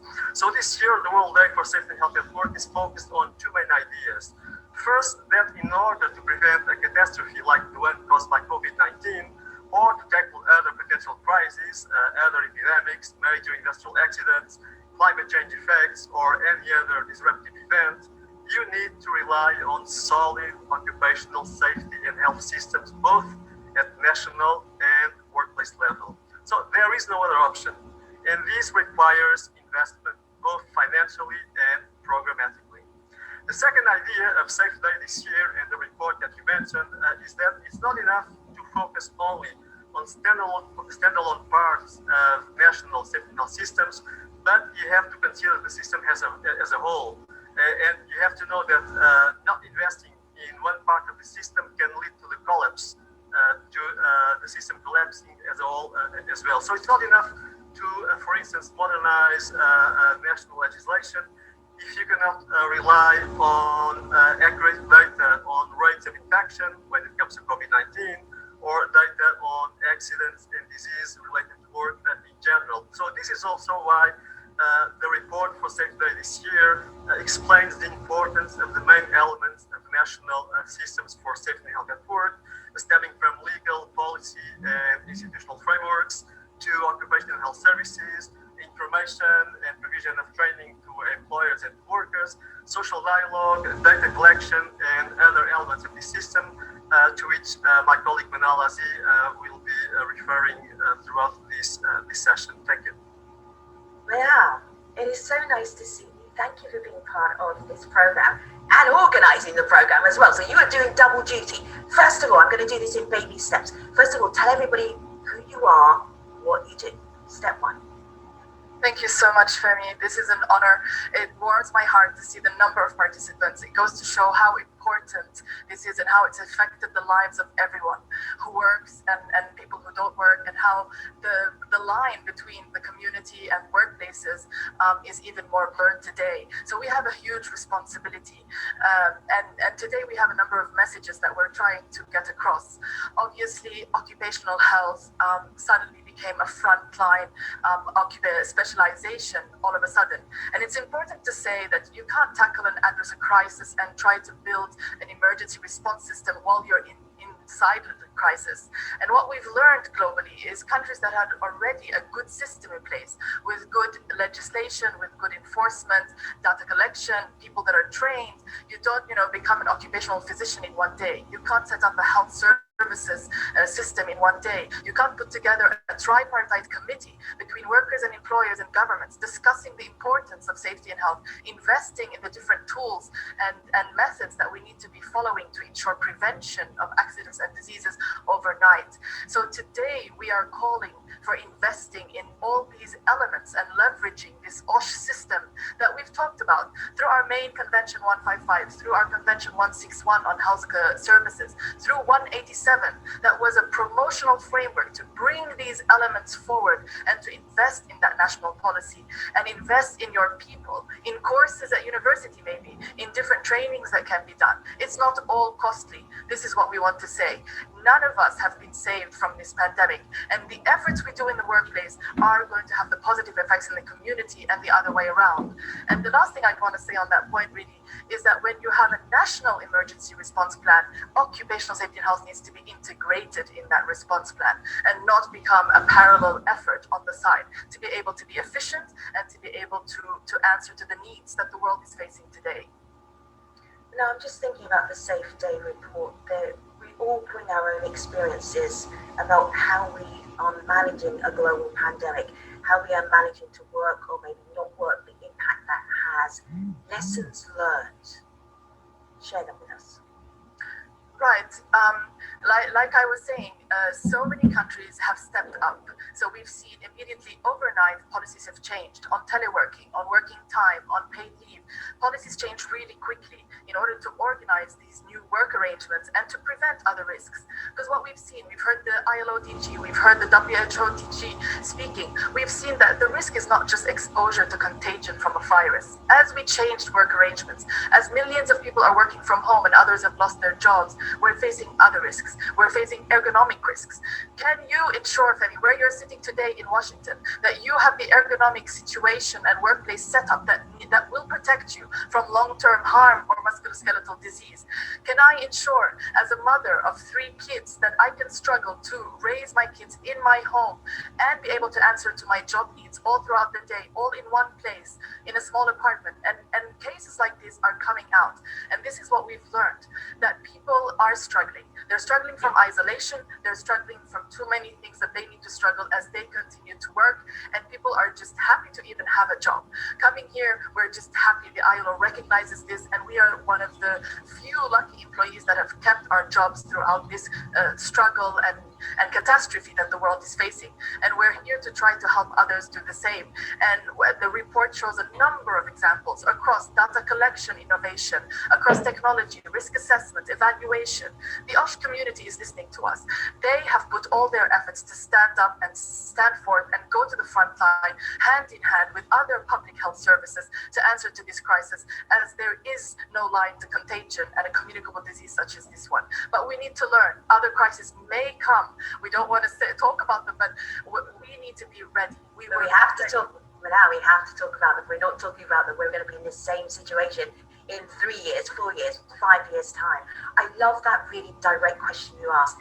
Me sitting here and our attendees sitting wherever they are in the world. Do we know we're sitting in the best, optimum, safe and healthy work conditions? That really made me think. I know it made the attendees think. I'm going to push on. Joking, I just want to ask you one last thing, because I am seeing attendees in Kenya, Tunisia, Saudi Arabia, all over the world. I'm wondering about international cooperation, what impact that has as far as OSH is concerned. Thank you. I think that's a quite interesting question. So we have seen, even before the pandemic, that there is a growing interest of the international community on occupational safety and health. One example of this is, for instance, the creation in 2019 of the Global Coalition for Safety and Health at Work, which is composed of governments, employers and workers organizations, and specialized institutions working in the area of occupational safety and health, and which intends really to bring to the forefront of political agendas the topic of occupational safety and health, but also to disseminate technical knowledge around the world to all countries, regions, and all sorts of organizations in terms of how to correctly address the different occupational hazards.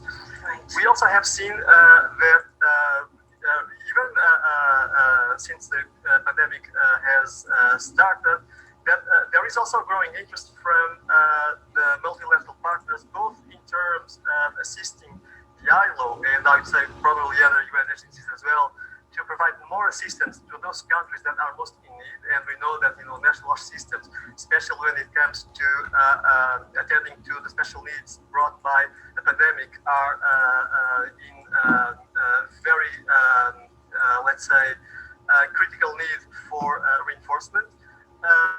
We have seen that many donors, for instance, have come forward to provide more resources for the ILO to be more present at country level when it comes to reinforcing safety and health at work.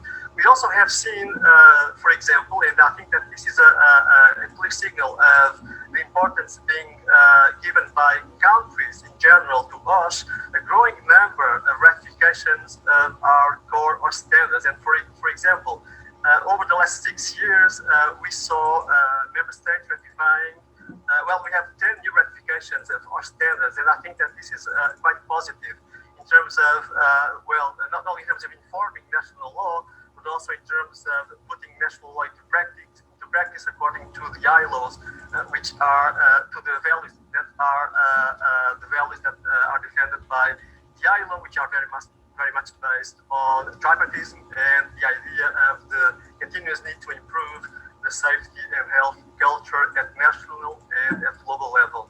All right, thank you so much, Joaquin. Thank you for that. We really appreciate you really kind of boiling down the Safe Day report and appreciate the time that you spent with us to do that.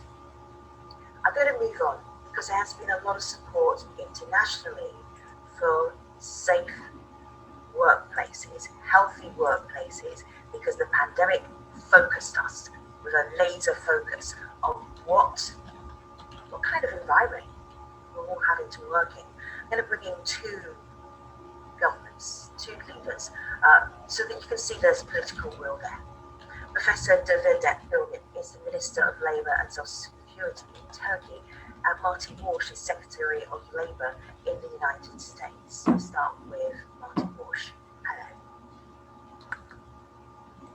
Hello, I'm United States Labor Secretary Marty Walsh. I want to start by thanking the U.S. global partners for their commitment to keeping workers around the world safe on the job, especially during this pandemic. Thank you to the ILO for hosting today's World Day for Safety and Health at Work event. And thank you to everyone for coming together in a time of stress and uncertainty to work together on global solutions for workers' health and safety. In the United States, today is Workers' Memorial Day. This day means a great deal to me. I grew up working construction, and I was involved in the labor movement. I've known too many people who got injured and even lost their lives on the job. And I've seen the toll it takes on families. Those workers and their families are always in my heart. America got through this past year thanks to the dedication of frontline and essential workers. Nurses and doctors, home healthcare workers, grocery store clerks and delivery drivers, farm workers and meat packers, and so many more. Our nation learned all over again that we depend on working men and women for our health, for our safety, and for our communities.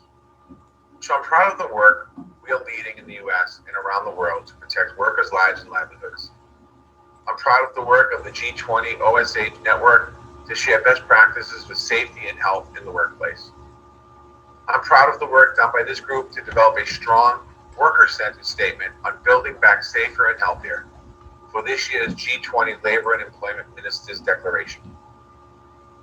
The Biden-Harris administration supports the work of International Labor Organization to improve occupational safety and health. We also strongly support including safety and health in the ILO's framework of fundamental principles in the rights at work. We look forward to working with friends and partners to make these goals a reality. Day and every day, we remember and honor those we have lost, and we will not stop fighting to protect those who are living. Thank you for your partnership in this work. Sayın Başkan, Sayın Bakanlar, İşçi ve İşveren Konfederasyonlarının değerli temsilcileri, değerli katılımcılar, hepinizi saygı, sevgi ve muhabbetle selamlıyorum.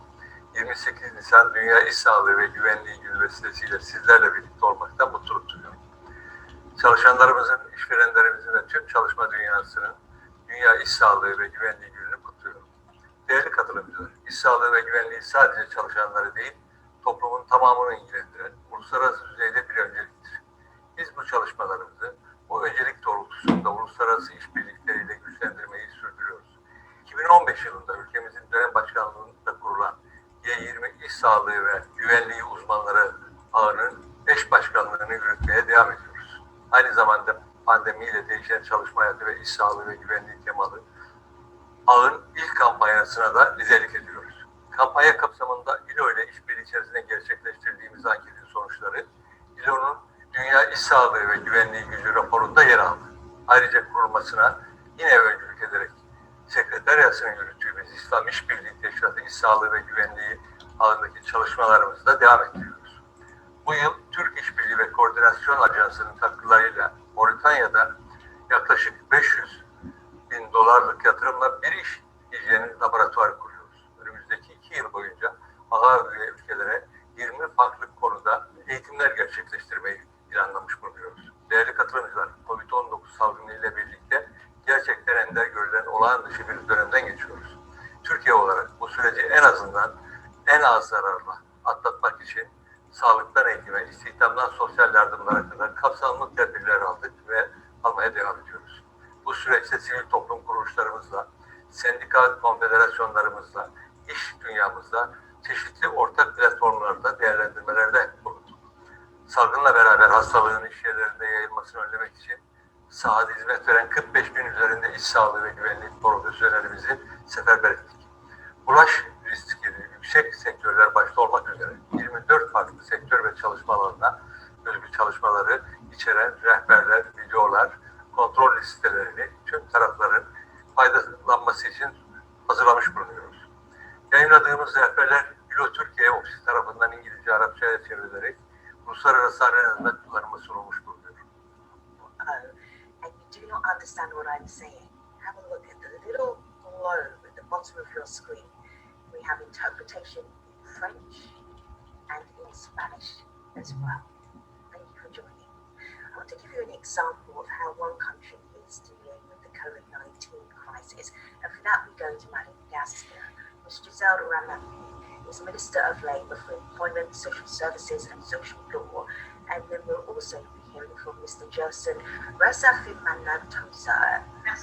Thank you so much. Over to you, Madam Minister, first of all. Give us a sense of dealing and how you're dealing with COVID-19. Merci. Merci, Madame, de pouvoir donner la parole. Monsieur le Directeur Général du Fonds International du Travail, Mesdames et Messieurs les panélistes des différents pays ici présents, dans cette table ronde virtuelle, et Mesdames et Messieurs les groupements des travailleurs et des employeurs, je suis très honorée de pouvoir participer à cette table ronde virtuelle organisée dans le cadre de la célébration de la Journée internationale de la sécurité et santé au travail, surtout en ce moment difficile de pandémie de Covid-19 qui affecte le monde du travail et plus particulièrement mon pays, même pas son reste. Et justement, pas de secours. A lot of weight with that responsible title. Yeah, no doubt. Thank you. Selçuk Yasser, nice to see you. Introduce yourself to our audience of more than 1,000 people around the world. Hi Femi, hi everyone. Thank you for giving me the opportunity. It's a pleasure to be with you all today. I'm Selçuk Yasser. I'm head of International Collaboration Unit of the Directorate General of Occupational Safety and Health in Turkey. I represent both Turkey and the G20 OSH Experts Network. Thank you. Fantastic. Chris, hello. Welcome. Tell everybody who you are, what you do. Hello, Femi. Good afternoon. And good afternoon to all of you, dear friends and colleagues. I'm Chris Minister from the Federation of Enterprises in Belgium, dealing with everything that is health and safety or well-being related, and also representing the international business community, the International Organization of Employers in this discussion. Nice to have you. Hello, Maureen. Maureen on here. Nice to see you. Welcome. Make yourself visible and join our conversation. Introduce yourself to our international audience.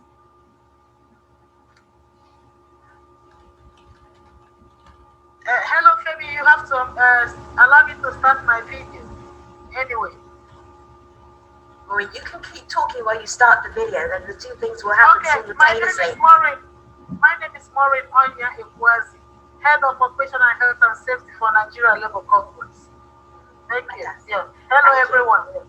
Nice to see all of you. I'm so looking forward to this conversation because every single one of us knows what it is now like to live in a global pandemic. You're all responsible for workers. You're all responsible for policy. So hearing where the way forward is and how to have resilience in all of your different fields is going to be fascinating. Jeanette, where do you want to start? Where do you want to take us? How's your year been for health and safety?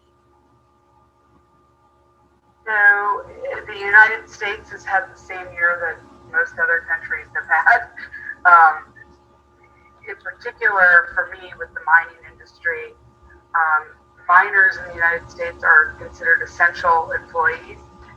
And so the mining industry, while suffering some economic setbacks, did not suffer as much as many other industries in the United States, at only 10% of a decrease. As you know, in mining, we produce the energy that runs hospitals and homes, and we produce the materials that make medical devices and other essential items for living. And so a 10% decrease in production is not that great for an industry here in the United States. And in contrast to that, the fatality rate of miners rose in 2020. For example, in 2019, the fatality rate for American miners was less than 1%. And in 2020, that rose to 1.2%. And so there's only one reason this can be, and that's related to work-related stress on the job. and miners in an environment where safety precautions have been put to the side in order to maintain production levels with a smaller staff, because the American miner, just like any other worker, was catching COVID just like at the same rate of any other American worker.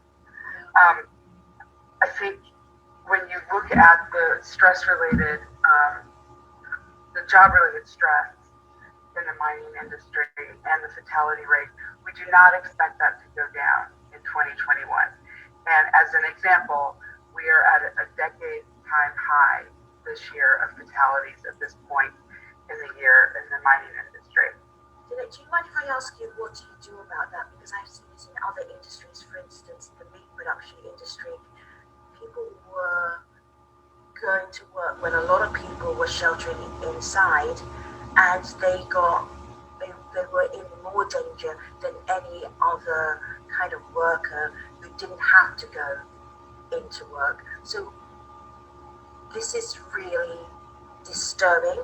Now, what do we do with this moment? How do we make health and safety a priority?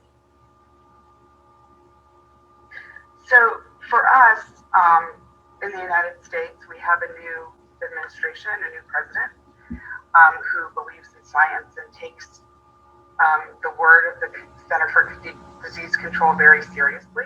And with this, there are two agencies within the federal government that control worker health and safety. One is the Mine Safety Health Administration, which is guided by its own laws and its own congressional action. And then there's the Occupational Safety and Health Administration, which is the entire other sector, every other sector. Each one of us, each agency has to pass what we call an emergency temporary standard, which is a regulation that we pass to address COVID. OSHA, which is the other agency, is in the process of passing their gigantic piece of emergency legislation, emergency rules and regulations, not legislation. And MSHA has just completed theirs and will submit that to the Secretary of Labor today. And that will cover very specific areas of a mine, right? And now I'm going to share the conversation. Just finish your sentence. I'm going to share the conversation with your co-panelists. Just finish your sentence, because it means that it's very relevant that today is the day that is going to be submitted. Finish your thought very briefly, Jeanette, because I need to move on. Sure. That will dovetail with and complement the efforts that we have to control dust that cause black lung disease in miners and silicosis in miners. Because COVID attacks the lungs, we are particularly focused on those parts of the mine and that part of the industry where exposure to respirable dust is at the highest level. Thank you. I want to bring in Silas here, Silas, because you have a list of, we need to do this, this, and this. It's a checklist for what we need to do now that we're in a global pandemic and how we get out of the global pandemic. Share some of those thoughts with us, Silas. Thank you, Fanny. Well, I think like all other countries, we had quite an eventful year, and I think for us in Singapore, the main approach that we have taken is what we call, in local term, whole of government approach. Very similar to what Nell earlier mentioned about OSH being integrated into the entire response plan with respect to tackling this COVID. So for us, it is not just the Ministry of Manpower, it is not just OSH being involved in the front line of this COVID pandemic, but it is bringing the entire army of all the government bodies, from health, manpower, national development, transport. Everybody is have to come into play to combat this pandemic together. So I was just reflecting about what Jeanette earlier mentioned about that OSHA passing the law. So for us, we also had to pass a law. So the thankful thing, I think, for Singapore is we could do it very quickly, and because of the urgency, Singapore is a very small island country, and we rely on a lot of international trade and people coming into the country. So very quickly, the various agencies, including the Manpower Ministry, the Health Ministry, we all work together with our lawyers, and we could quickly come up with a piece of law and had it sailed through, passed through Parliament, which enacted it in double quick time. I think this was done in recognition of the urgency of the pandemic, and that was, I think, something that we could quickly move in a very agile manner, and that helped us in the response. Can I ask you to be candid, because there are many countries that have laws, and there's laws and there's implementation. Sure. And sometimes when it is politically expedient, those laws, particularly when it relates to workers, are not adhered to. And there's a huge conversation that we could have. We have to have another Zoom meeting to have that conversation. يعني مثل ما تشاهد في الحديث عن متطلبات السلامة وتطوير المنشآت على مستوى منظمة العمل الدولية، هناك اختلافات كبيرة جدا يتم البحث عنها وتوجيه سرعة في اتخاذ القرار. Sure, the impact was huge because immediately after the law, even as we were gearing up for the law, the respective agencies, we were mounting up and appointing enforcement officers to quickly go down to the ground. So I'm responsible for the team, what we call safe management measures, enforcing all these safe management measures. I was responsible for the workplace. There was a separate agency like the Maritime Authority. They're responsible for those dealing with the port, the ships coming in and out. We have the Construction Authority dealing with all the work sites. So different parts of the government all stepped in and mounted a integrated response to help combat, because really this virus has no respect of boundaries. It doesn't care whether you're a housewife or you're a blue collar worker, white collar worker, IT worker. It doesn't care. And I think and because of that, we had to recognize that we had to mount all this a very comprehensive set of measures that covers all aspects of our society, and that even includes even in cinemas when it was closed, or rather when it was eventually reopened. The cinemas were there was a set of strict laws, what they were told, how many people they can admit, and what is the protocol to adhere to. So all this were in a way carefully orchestrated throughout the whole government. Thank you for sharing that with us. I want to go to Maria, because Portugal now has leadership of the EU. So I'm just really intrigued by what the EU is doing regarding workers' safety during this global pandemic. Can you enlighten us, please, Maria? Yes. Unfortunately, we are not alone. It is a huge problem for all of us. So, under the umbrella of European Union, we have a strategy, and the European Union have a document they built with all member states to take care to harmonize the rules between the member states about the health and safety at work. So we built that together, and then we built our own national strategy. So it is really important to be together on this, and it is really important to have a regional strategy for this. So we take a focus on this important issue, safety at work, and health to have a dignified work. It is really important for the European Union, and also for Portugal, also for all of us. So for economy, for social cohesion, for everything, have in our society, our style of life. So it is really a good methodology to work together, to have a document and to build together with the member state to focus on this important issue.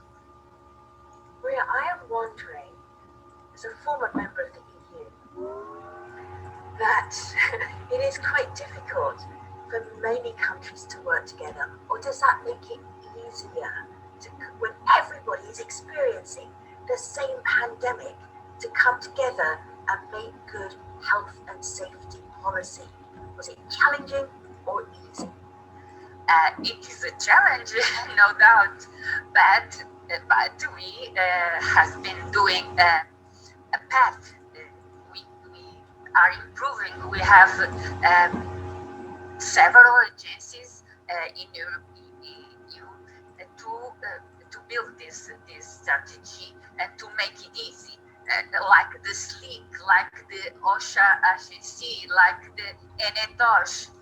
We have several instruments to deal with it, and now I'm to enforce the strategy, like ILA, the new the new European Authority, Labor Authority. So it is a lot of instruments the member states are building under the EU to enforce and to take to can harmonize between member states this strategy and to improve the work conditions for all workers in Europe. So it is not easy, it is a challenge, but we have space to discuss, to meet and to discuss and to build to improve better. Thank you, Maria, for bringing us that view from the EU. I am just reminding myself of the subtitle for our event: Anticipate, Prepare, and Respond to Crises. I know that there is a bilateral conversation going on in the chat with 1,000 people. I love that conversation. I'm watching your conversation, listening to this conversation. I know you're doing both. In the chat, also, take this on, help each other, anticipate, prepare, respond to crises, not even just this one, future ones. Selçuk, let me just bring you in here, because Turkey is thinking about how do we mitigate the impact of COVID-19. Share those thoughts with us. Tell us what Turkey is doing. Thank you, Femi. Actually, Turkey, we ratified the ILO Convention 187, and this describes the elements of occupational safety and health system. Therefore, our response to COVID was overlapping with the ILO Convention 187, and it was timely, it was comprehensive, and it was robust as well. So we considered new and emerging risk measures to be taken, health surveillance, safe return to work, classification of sectors, workplaces, and job tests, and vulnerable groups, of course, and we provided strong guidance on all of these issues. Considering the high-risk profile in terms of COVID-19 spread, we prepared informative documents for the prioritized sectors and employees, such as bakery production, supermarkets, pharmacy, and cargo transportation staff. Also, in cooperation with ILO office in Turkey, we translated these guidelines to Arabic for migrant workers. We launched a COVID-19 online platform to make all this useful information and guidance easy to access for all parties. And through this platform, current needs and frequently asked questions were also provided. The healthcare workers, they become our heroes during the pandemic. A mental health support application was developed to provide psychological support to them. It's a mobile application which they can receive support 24/7 from specialist physicians via video call. We follow the three-step methodology for collaboration with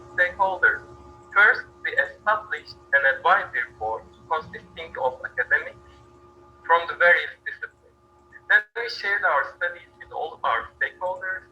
Finally, we provided technical information on OSH by taking into consideration the demands received from public institutions and organizations.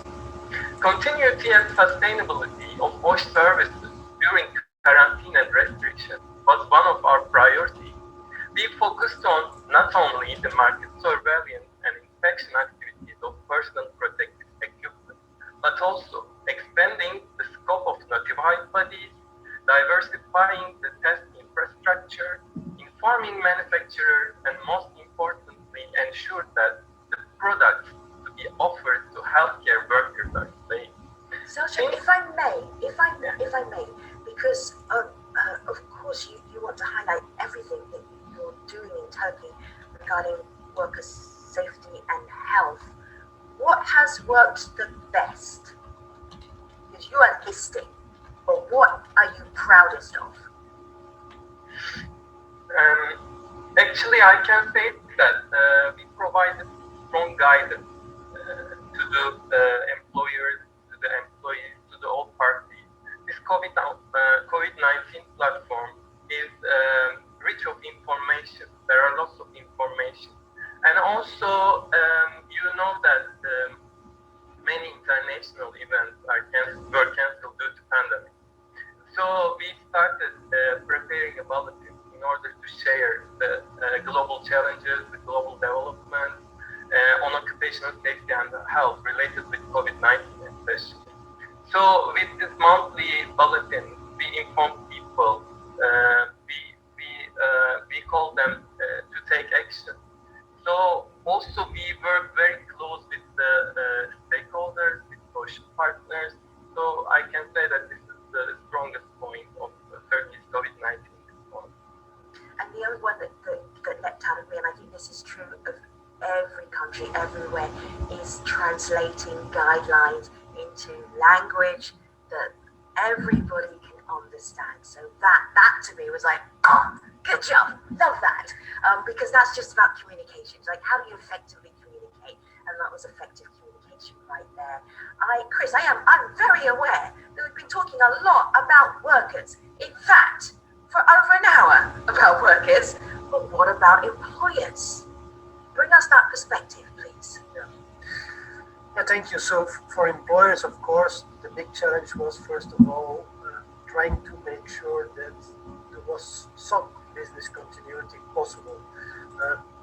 In most cases, it was limited to what was called essential sectors or essential activities, but later on, stepwise, also other kinds of activities were made possible again. But of course, the challenge was, how can we do that at maximum safety?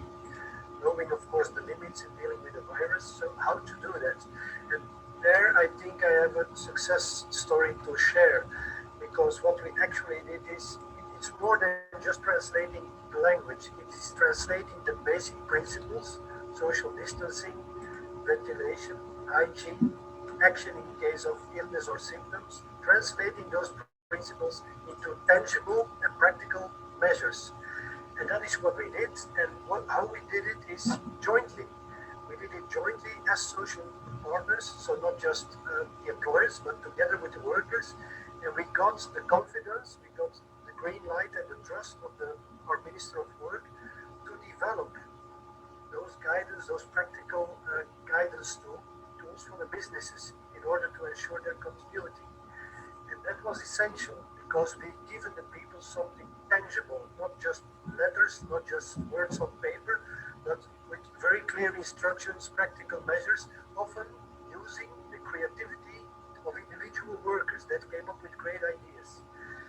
That is the success story. And later on, we continued to be on the same line as social partners when it came to governments asking us, should we prioritize some worker groups for vaccination? How can we impose testing? How should we test? We stayed on the same line. You said, no, do not prioritize. We don't want to fight. How can I say your job is not essential? I will give a vaccine to that worker first. That is creating a fight among workers, and that's not helpful. So we urged them to speed up vaccination for everyone, to make testing available for everyone without targeting specific groups. where did we fail or where did we do not so good? That is in creating synergy between public health and workplace health. We still have the feeling, and it's not just in my country, in Belgium, but throughout the world, that the people in charge of public health are not aware or not willing to be aware of the powers and the structures that we have at work. We have the prevention principles, we have long-standing experience with prevention and prevention measures, we have consultation, we have inspection tools, but none of that was used at the benefit of the society as a whole. For the society as a whole, for the public domain, the principles remain the principles. They say these are the measures, but they don't translate them into something tangible, in something concrete. So that is, in short, my story. And what we have developed was later, with the help of the International Organization of Employers, developed to a more international version. And that was later adopted in Russian language, Spanish, Serbo-Croatian, Georgian, and now also Armenian. So quite a success story. Thank you for sharing that with us, the employer's perspective. Going to go back to the worker's perspective. Mourn, would you unmute yourself and would you make your camera live so that we can see you? Mourn, let me just remind you, is Head of Occupational Health and Safety, the Nigeria Labour Congress. So it's good to have her and her perspective in the conversation. Go ahead, Mourn. I know I was following what was happening in Nigeria. Very challenging time to stay safe and healthy anywhere, let alone at work. What were your challenges? Okay. Good afternoon, everyone. Again, I'm sorry the video is not, for reasons you cannot allow me to show my video. However, the challenges at work are very enormous because the COVID-19 came and there were lockdowns everywhere. Many people were not able to go to work, markets were closed, schools were closed. Then, okay, can you see me now? Yes, keep going, Mourn. This is not necessarily the most flattering angle, but I do love the African print. So, keep going, keep talking. Mourn, keep talking. The major challenges we faced was workers' inability to go out. You know, most workers are in the informal sector. These are people who depend on their daily. طبعا مين بيعرف هنا في إحصائية ذكروها كم عدد الوفيات تحدث في اليوم على مستوى العالم تقريبا نتيجة الحوادث؟ مين بيتوقع كم؟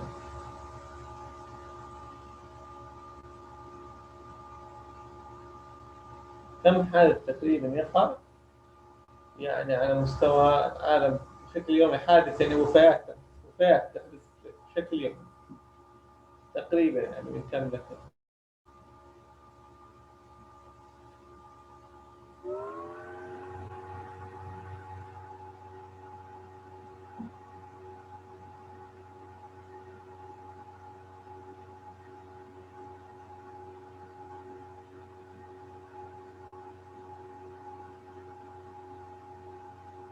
عدد الحوادث والإصابات التي تحدث، أو خلينا نقول الوفيات التي تحدث في العالم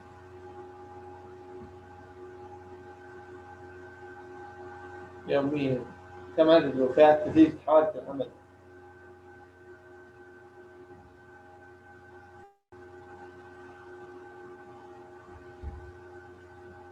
أو الحوادث داخل بيت العمل بشكل يومي.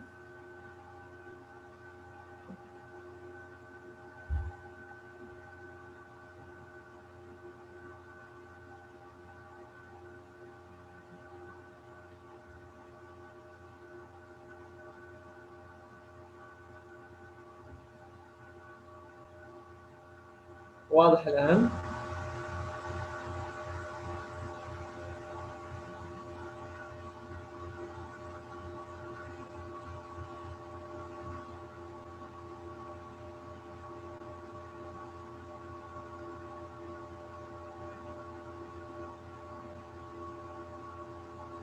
واضح الآن؟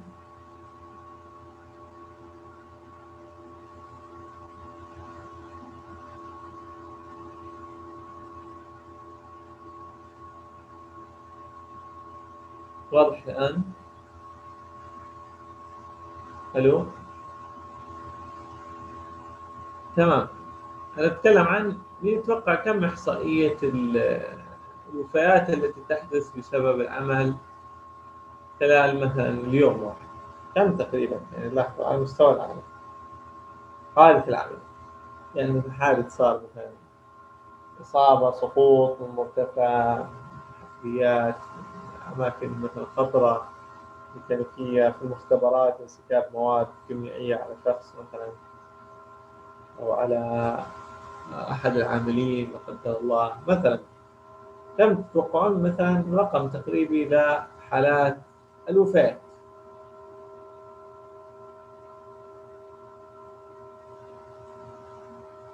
طيب تخيلوا معايا إنه عدد الوفيات كل دقيقة كمتوسط 5 وفيات كل دقيقة. يعني كل الآن صرنا كم دقيقة؟ يعني ندخل نحسبها مثلا صرنا ساعة. كل دقيقة تخيلوا توفى شخص، يتوفي 5 أشخاص، عفوا 5 أفراد بتوفوا. تمام؟ وهذا الإحصائية متوسطة طبعا على مستوى العالم، حوالي بسبب المهنة المسجلة. طيب مين بيتوقع أيضا إنه مين أكثر الوفاة، من البنات ولا الشباب أو الرجال ولا النساء؟ مين يتوقع أكثر وفاة نتيجة الحوادث؟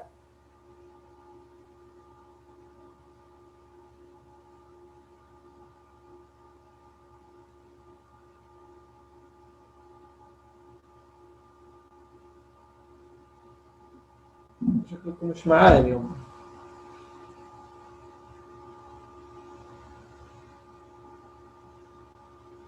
طبعا الحوادث طبعا تحصل أكثر للرجال طبعا، وعدد الوفيات الرجال أكثر. ليش؟ لأن النساء عادة حسب الإحصائيات أكثر حرصا من الرجال بالعمل، وأيضا النساء يمنع حسب قانون العمل الدولي والمنظمات الدولية والمحلية، تمنع العمل للنساء في الأماكن الخطرة، يعني زي المناجم وزي الأعمال الإنشائية الصعبة وزي المصانع الخطرة. تمام؟ تمنع المرأة أنها تعمل بها للحفاظ على سلامتها، وأيضا الأماكن الخطرة بيقللوا من تواجد المرأة فيها لأنها بتشكل خطر تحتاج إلى بنية قوية إلى آخره. تمام؟ فهذا بالنسبة للإحصائيات. يعني نكمل مؤتمر يوم السلامة العالمي لهذه السنة. And to feed. So workers were hungry, there were starvation. People now said, okay, instead of staying at home to be killed by hunger, why not go out all day and make monies for themselves and their families, and let COVID kill them? That was that kind of situation. There were so many workers at home. There were so many domestic violence going on at home because couples were forced to stay together. In fact, incest increased in Nigeria because of the lockdown. So, can I ask you, because I've seen that situation in Nigeria. I saw that situation with migrant workers in India, where everything just stopped, and there was a humanitarian crisis as well as a health crisis. Now, being more resilient, what does that mean, knowing that happened? Because we can learn lessons from that. Now, Now, the lessons to learn from that is that our government needs to be prepared with social security issues for Nigerian workers, because those humanitarian crises happened because there were no social security for Nigerian workers, no palliatives of whatsoever for Nigerian workers. So people were scrambling to be able to feed, and that is why people have lost their jobs. Now, what we are trying to do is to engage the employers, engage the government to ensure that people are returned to job. There is also serious issues with awareness. A lot of people have problems assessing the awareness of what is actually going on. Now, people are not ready. Nigeria is not ready with the type of form of work that is happening now. Working from home, not many people coming to work. We are not ready for that. So these are part of the challenges. We conducted some interviews among our workers to find out exactly what happened to them during this period, and they have gory tales to tell. So for us, we think that we will continue to engage the government to come together as social partners to see if we can establish a way forward, especially to build the resilience of systems, as we have talked about today, so that we can ensure that workers have their benefits of occupational rights at work. All right. So, Panis, I want to get one last piece of great advice from you, but I'm only allowing you to do it in a sentence, okay? Only in a sentence. So, Maureen, as your camera is working, we see you. Yeah. I'm going to get you to start, because what we wanted to learn from this is how do you respond to a crisis, prepare for future crises. Your advice is what? In a sentence, Maureen. Is a call from all trade unions all over the world that occupational health and safety should be made a core convention of the ILO, so that employers and workers, employers and the government should be held accountable in what is happening at the workplace. All right, thank you. Said with vigor. Chris. Yeah. Be open about the figures and collaborate. Use the wisdom of the crowds to come up with the best possible solutions. Selçuk. I'm hopeful that everyone will come out of the pandemic with a renewed sense of how important occupational safety and health is, and we bring those values into the future. You certainly helped us do that, Maria. Education, young generation for have work safe and healthy, and work together. That social dialogue is really important, and bring together for the companies, for the workers and employees, work together for the future implement of OSHA entirely in the work environment is really important. Thank you. Silas. Let's not waste the crisis. Let us lock in the COVID gains. Jeanette. I agree with Chris 100%. Employers are the key, especially now moving forward, to vaccinate the public. I think that there's much work to be done, coordination with employers around vaccination efforts and legitimization efforts and trust in the vaccine. Thank you, Pan. I appreciate you. Thank you, attendees. You are fantastic. So much action going on in the chat. Love that. To close our World Day for Health and Safety, brought to you by the ILO, we have Vera Paquette, Director of Governance at the ILO. Vera, over to you. Thank you, Femi, and it's my honor to try to wrap up what we've been following with so interesting the panelists, but also the words of the global event. First of all, I wish to thank the distinguished speaker for their valuable time and insights. This has been a fruitful and timely discussion as the world of work continues to feel the strong impact of the ongoing COVID crisis. We have seen the devastating effects of the pandemic on human life, and I think Owen has mentioned. مقترح إذا بتفضلوا يوم الجمعة والسبت لو صار البرنامج من الساعة 3 للساعة 7 جيد، ولا نبقى على هذا الموعد يوم الجمعة والسبت من 3 للسابعة عشان موضوع ويك إند والكل بيطلع بالمساء.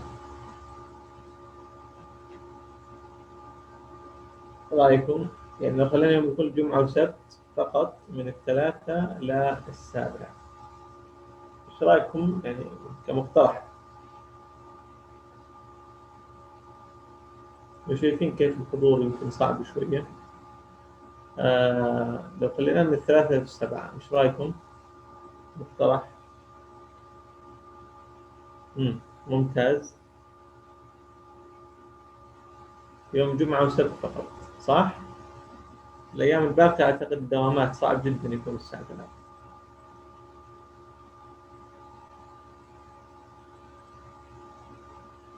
مبارك.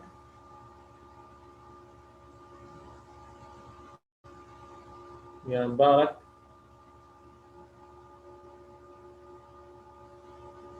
مبارك معايا؟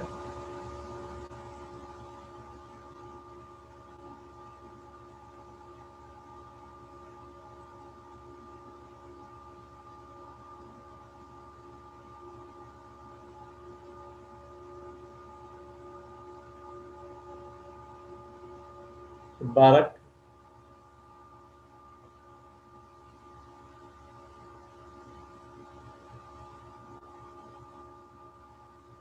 مبارك فاتح الجهاز وسايبه. يا مبارك.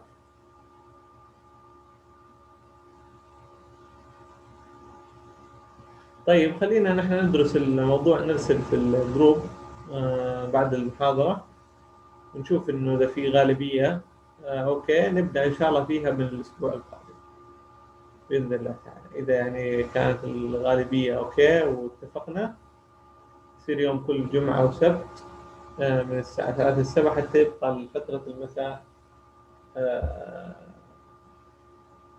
يعني على الأقل بدل ما يكون من 6 ومن 3 4 5 6 7 للساعة 7 يكون ممتاز جدا.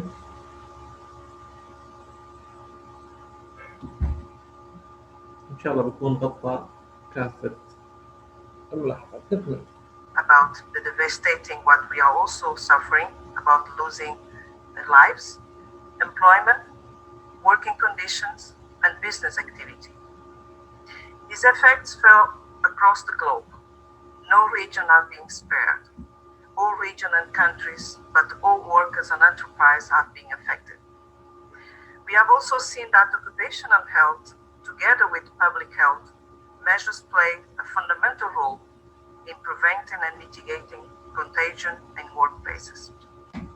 Safety and health at work is also important to address all occupational risks to which workers are exposed during the pandemic, specifically psychology, risk arising out of change into working arrangements. And Mourn كان انضم معنا عياد كان في مقترح انه نخلي يوم الجمعة والسبت فقط يكون المحاضرات من الساعة 3 ل 7. فايش رايك اذا موافقنا الرأي يوم جمعة وسبت فقط؟ ناخذ الآراء بس.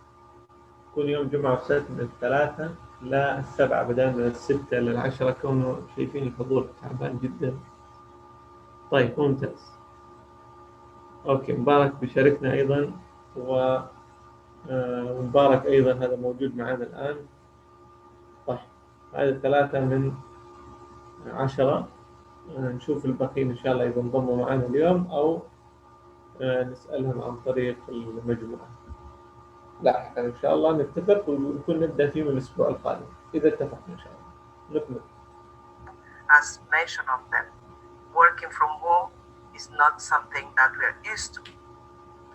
Today's session has confirmed that strong occupational and safety and health systems at national, sectoral, and workplace level are indispensable to continue to address COVID-19 effectively. To prepare for recovery and to address future crises we may face, and to protect our young generation, as Manuel had said. We have seen the importance of good OSH policies and programs at national and enterprise level, based on social dialogue, for keeping workers safe and healthy. We have seen that international labor conventions, labor standards, namely 155th and 187, provide a solid reference for the development and adaptation of national laws and policies to address the safety and health challenge of COVID-19. We have also seen that how investing in OSH is relevant for advancing decent work, protect life and integrity, business continuity and resilience. But we must include and we must think about those special measures targeting the most vulnerable, those who are in the informal sector, in the informal economy, which don't have sometimes the protection they need. We have heard throughout the session how different governments, employers and workers have tackled the pandemic, including through collaborative approach and the innovative use of technology to keep workplace safe. Finally, we've seen that there is a renewed commitment towards occupational safety and health, and allow me to reiterate that this is just the beginning of an important conversation and movement towards stronger and more resilient solutions to advance a safety culture. This is the central message of the World Day for Safety and Health at Work, the need to recognize the importance of occupational safety and health for preventing and managing crises, which requires a global and national collective effort to invest on occupational safety and health infrastructures. Dear ladies and gentlemen, thank you for being with us, and I wish you the rest of a good day and safe day. Thank you. طيب يعني حضرنا تقريبا بحدود الساعة عن موضوع أقل من ساعة شوية بموضوع اليوم العالمي للسلامة والصحة المهنية. يعني مش من المنطق إنه الكل ما يعرف، إن جواب كده على السريع. مين بيعرف أي يوم السلامة العالمي؟ أي يوم بالسنة؟ أعطونا التاريخ، ارسلوا لنا إياه يلا. تاريخ يوم السلامة العالمي، ارسلوا لنا التاريخ. مش معقول إنه نحن الآن صلنا بحدود الساعة نسمع عن مؤتمر السلامة هذه السنة ومش عارفين. أيوة في أي يوم؟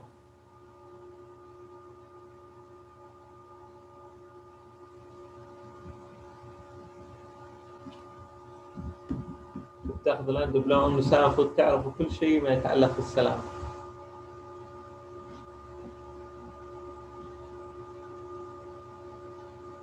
ممتاز، ممتاز جدا. 28 ممتاز جدا، ممتاز. 28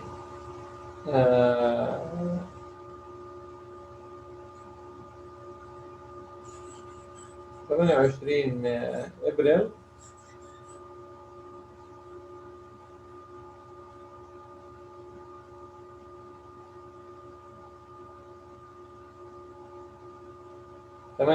ابريل اللي هو ما يسمى بيوم السلامة العالمي، وهو بيسموه عادة يوم السلامة الصحة المهنية والسلام العالمي، وهو أحد أيام تحتفل فيه طبعا منظمة العمل الدولية والأمم المتحدة، ويوضع له شعار وموضوع كل سنة، وهو المواضيع المهمة التي يجب تفعيلها في إدارات الأمن والسلامة.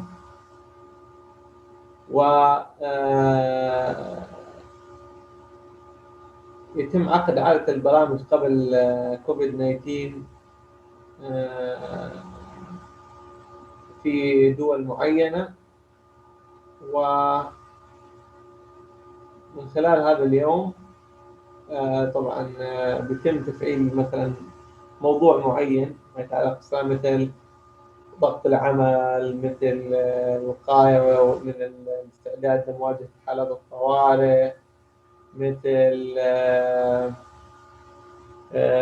مثلا خلينا نسميه مثلا المواد الكيميائية وسلامتها. يعني يستخدموا، يعني مثلا 2014 كان بيتكلم عن المواد الكيميائية، مثلا في 2018 في 2012 كان يتكلم عن أداة تحسين السلامة في بيئة العمل.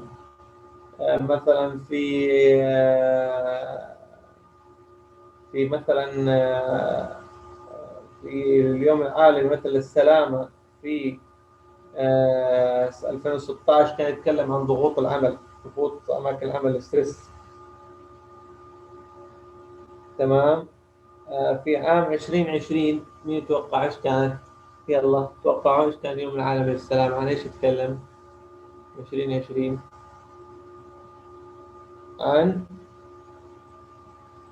عن جائحة كورونا أكيد، يعني حيتكلم عن كوفيد 19. تمام.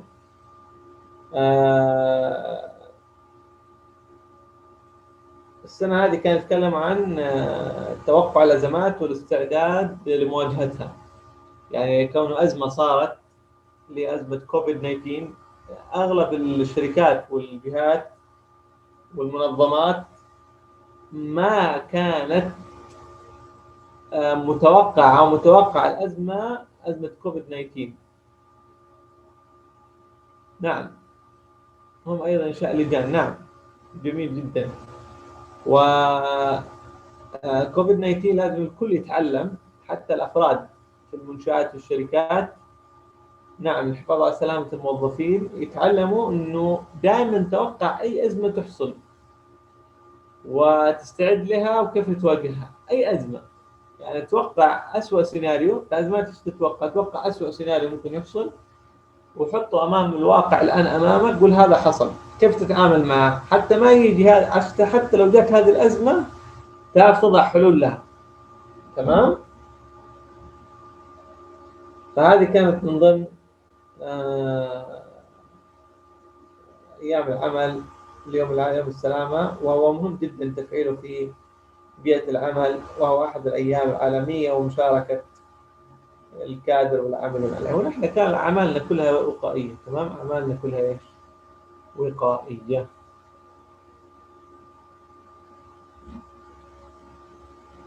طيب، في أحد عنده أي سؤال استفسار عن اليوم؟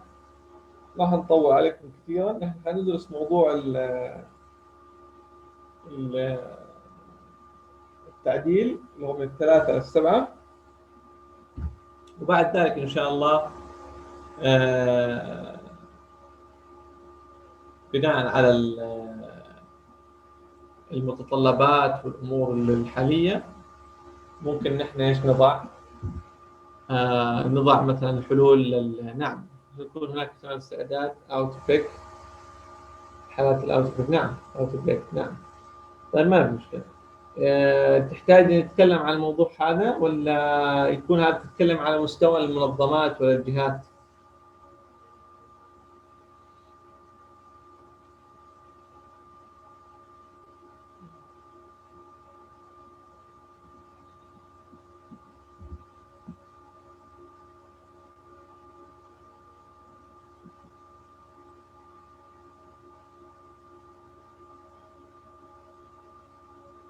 نعم. طبعا هو الأوت التفشي أو الأوبئة طبعا موضوع حساس جدا، والمفترض يكون في دراسات الآن من المنظمات تعمل حاجة اسمها مباني صحية، أو خلينا نقول مباني صحية. المباني الصحية إنه يصير جزء من تأسيس المبنى يكون له تجهيزات وأنظمة تقي من العدوى. تمام، فهمت علي؟ يعني هذه المفترض الأصل. الآن لو نبغى نجي التأسيس، المفروض الآن في الفترة القادمة مفترض يعني يجوا مثلا على متطلبات الأبنية يضيفوا متطلب رئيسي اللي هو الفلتريشن والتهوية الصحيحة ومنع التلوث داخل المباني، ويصير جزء من المبنى منع التفشي للأوبئة، جزء من التأسيس، بالإضافة طبعا للتوعية. وما التوعية هذا شيء رئيسي، لكن الآن المفترض بتكون كأبنية مباني كل جزء من التجهيز. على سبيل المثال، بدل ما أنا الآن بستهلك موضوع قياس الحرارة على كل بوابة أحط أمن وقيسه، لا، بصير مثلا على الباب نفسه في سنسورز للتمبريتشر في حاله انه دخل الشخص على طول يقيسه اوتوماتيكلي، واذا كان في حراره مباشر يعطي انذار، يعني بدون يكون هذا نفس التاسيس في المبنى. يعني الأجهزة التأسيسية متطلب رئيسي للمباني. يعني نفس الشيء مثلا نتكلم مثلا داخل مستشفى، داخل مدرسة، داخل جامعة. وهذا اقترحناه، سوينا مقترح ورفعناه بالذات للمنشآت التعليمية، يكون المدارس داخلة. رفعنا مقترح انه يكون في دراسة عن الموضوع هذا، لأنه كون الطلبة وأكثر مكان ممكن يعتبر انتشار العدوى اللي هو الأماكن في أطفال وكذا. فهذه أمور طبعا مهمة وموضوع يستحق الاهتمام به، لأنها فعلا أزمة كورونا يعني أوقفت كثير من المؤسسات والجهات، وتوابعها ضخمة جدا، وتكاليفها حتى الآن لا يمكن توقعها، وخسائرها لا يمكن توقعها حتى الآن. تمام؟ يعني كل الخسائر اللي صارت، شوفوا الإجراءات الوقائية، كم درجة حرارة، كم قياس، كم شركة سكرت، كم تباعد، كم ملصقات، كم لقاح، كم مراكز لقاح، كم مراكز فحص، كم مستندات الفحص عند السفر. شو كمية خيالية يمكن، يعني بالنسبة كم إبرة، كم عبوة، كم كادر طبي، كم بشكل ضخم جدا، يعني مكلف. فهذه المفترض الأزمة تكون درس للجميع بالتعامل معها بالشكل الحذر، لحسن لا تحصل أي أزمة أخرى مثل الكوفيد 19. تمام؟ والمفروض يعني من خلال كوفيد 19 نتعلم أيضا إنه حتى العدوى البسيطة إنه نقي نفسنا منها حتى نقلل القلق في المستقبل، ونزيد الأرباح على نرجع الأرباح أو الخسائر اللي خسرناها السنوات الماضية أو السنة هذه اللي قبلها تصير مردودة لنا في السنوات القادمة في حالة الحماية. اللي حاب يغادر. أشكركم، أنا موجود، ما حنكمل أي موضوع آخر. نحن حندرس موضوع من 3 إلى 7. اللي حاب يكمل، اللي ما حاب يكمل يغادر. نحن كده خلصنا. يعطيكم ألف عافية وشكرا لكم.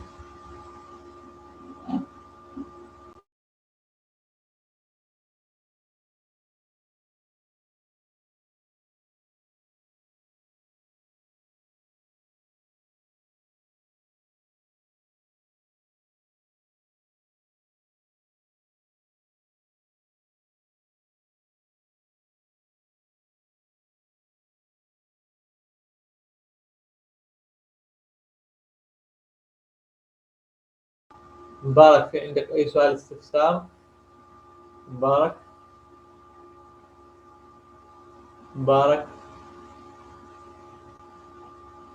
يا مبارك.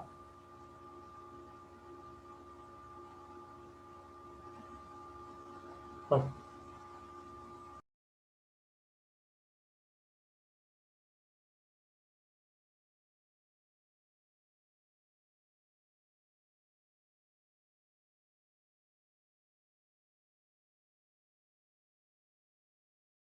الله يعطيك العافية، ونحن غلقنا خلاص. الله يعطيك العافية، شكرا لك.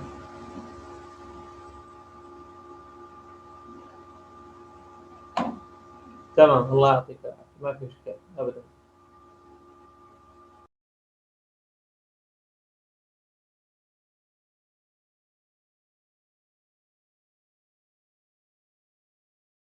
ما في مشكلة أبدا، ما في إشكال. الله يعطيك العافية وتوصل بالسلامة.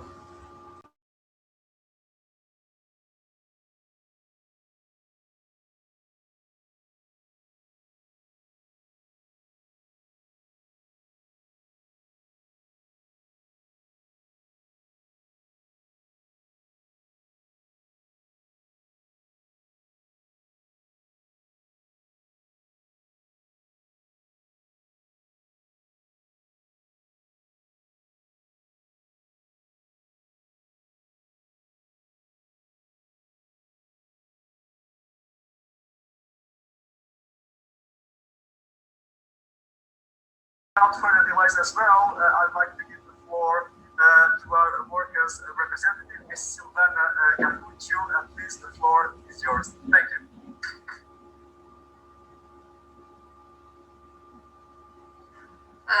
hear me? Okay, thank you. Hello.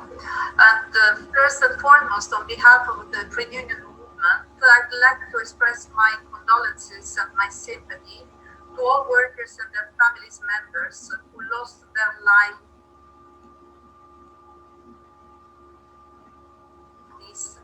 The ILO. Yes, thank you. Thank you, Mourn. Welcome to all of you, also on behalf of the International Organization of Employers. What I would like to say is that protecting lives and ensuring business continuity to protect employment are our top priority. Compliance with a double layer of regulations, one stemming from public health regulations aiming at protecting us as a population, the other, the health and safety standards at work aimed at protecting workers and employers. We believe they go hand in hand with good business performance as well as the enhancement of productivity.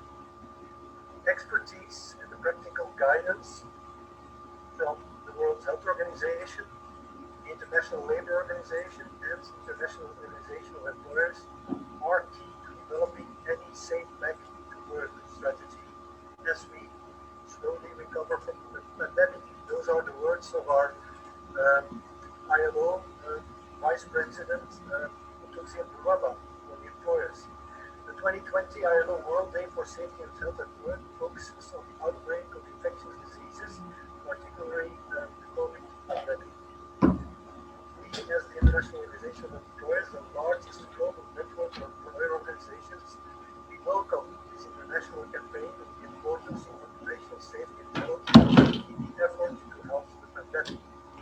Protecting lives and ensuring business continuity to protect employment are a top priority for us. Since the outbreak, the IOE has been actively mobilizing its network to mitigate the impact of COVID-19, ensure business continuity and survival, and manage health and safety risks. In addition, as countries slowly and cautiously reactivate their economies and operations of non-essential services, we as IOE are working with employers' organizations and partner companies on effective guidance and good practice and action for safe back-to-work strategies and the workplace. As a matter of fact, I just spent a whole week, including the nights, developing with colleagues from the trade union in Belgium and from the government to develop our national COVID-Corona guidance safety back to work. Governments and companies in different sectors of the economy which apply the principle of prevention as a top priority are better placed to navigate the crisis and implement more rapidly safe back-to-work strategies. The principle of prevention is therefore at the heart of occupational safety and health and at the heart of our business. We look forward to joining efforts with the ILO and the WHO to provide expert advice, practical guidance, and tools tailored to the needs of different sectors for safe back-to-work strategies. Good anticipatory approaches and coordinated impactful action are key to this endeavor. On this special occasion, the IOE reiterates employers' strong commitment to play their part in securing a safe and healthy working environment. We also encourage governments, workers, and international organizations to do their part to mitigate the impact of the pandemic on the world of work and to ensure that occupational safety and health at work is a reality for now and the future. I know that all of you out there, workers, employers, or as citizens, all of you are doing your utmost best to help overcome this pandemic. And no matter how small or how big your contribution, what really matters is that what you're doing is helping to keep us all safe. So thank you and stay safe. Chris, thank you so much. Thank you so much for the workers and employers for introducing us. You are one of the two of the main players in the world today in fighting this pandemic. I forgot to introduce myself, so I'm an OSH expert from the ILO, and I will just take us briefly through the report that we just launched on the occasion of the World Day on this particular issue. Obviously, it's available online. Some of you may have seen it.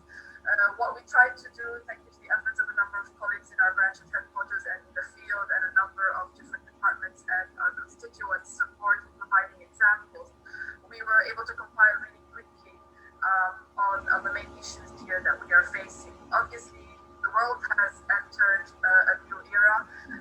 It's a modern pandemic that somehow we were not waiting. And Chris mentioned the Occupational Safety Health 101 is prevention, is eliminating at the source, and we're not able to prevent or see this coming, unfortunately.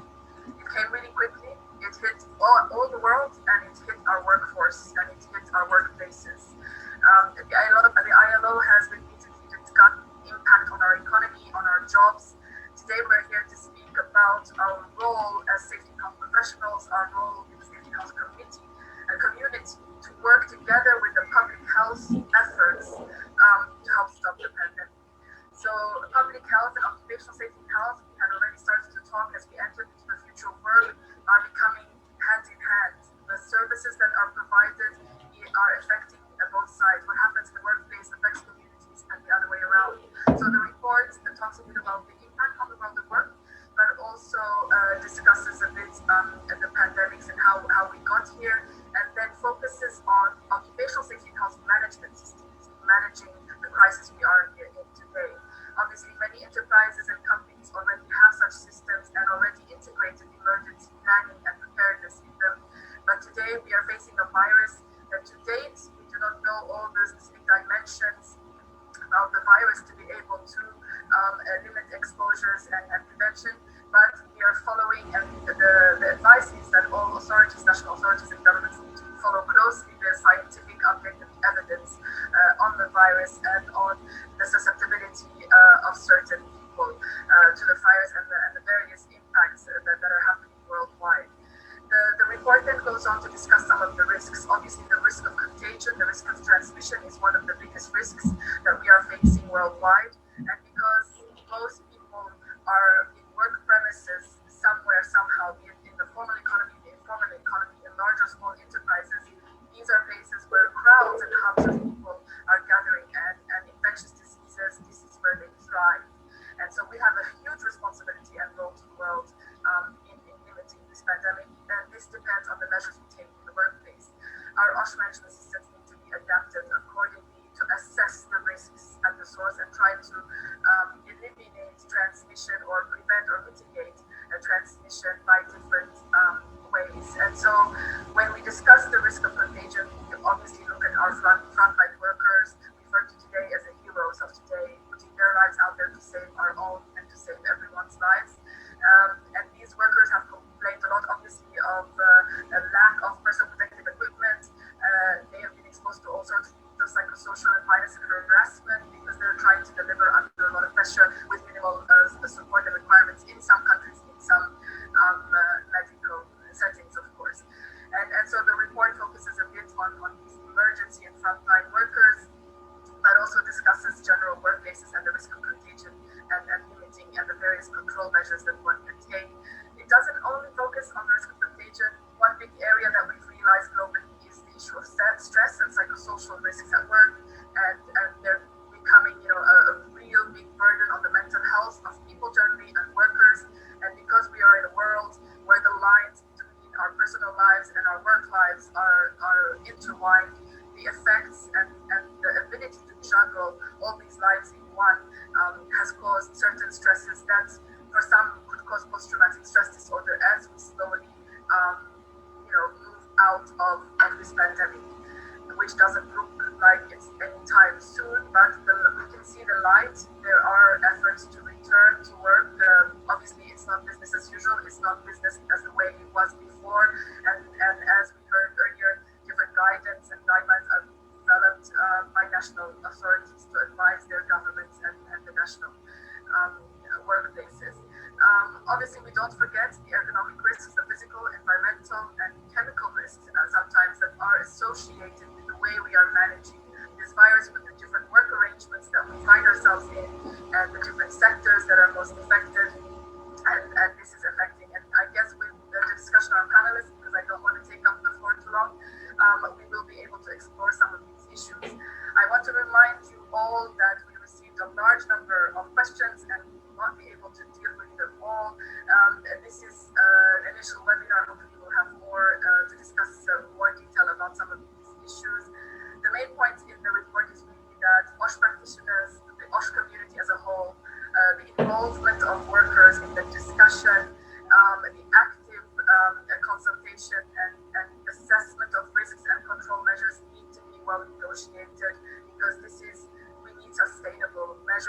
efforts and we need everybody to be in on the changes that we are making. And some of them maybe are not easy to comply with, but some, we are all forced with this virus and with the limitations we have.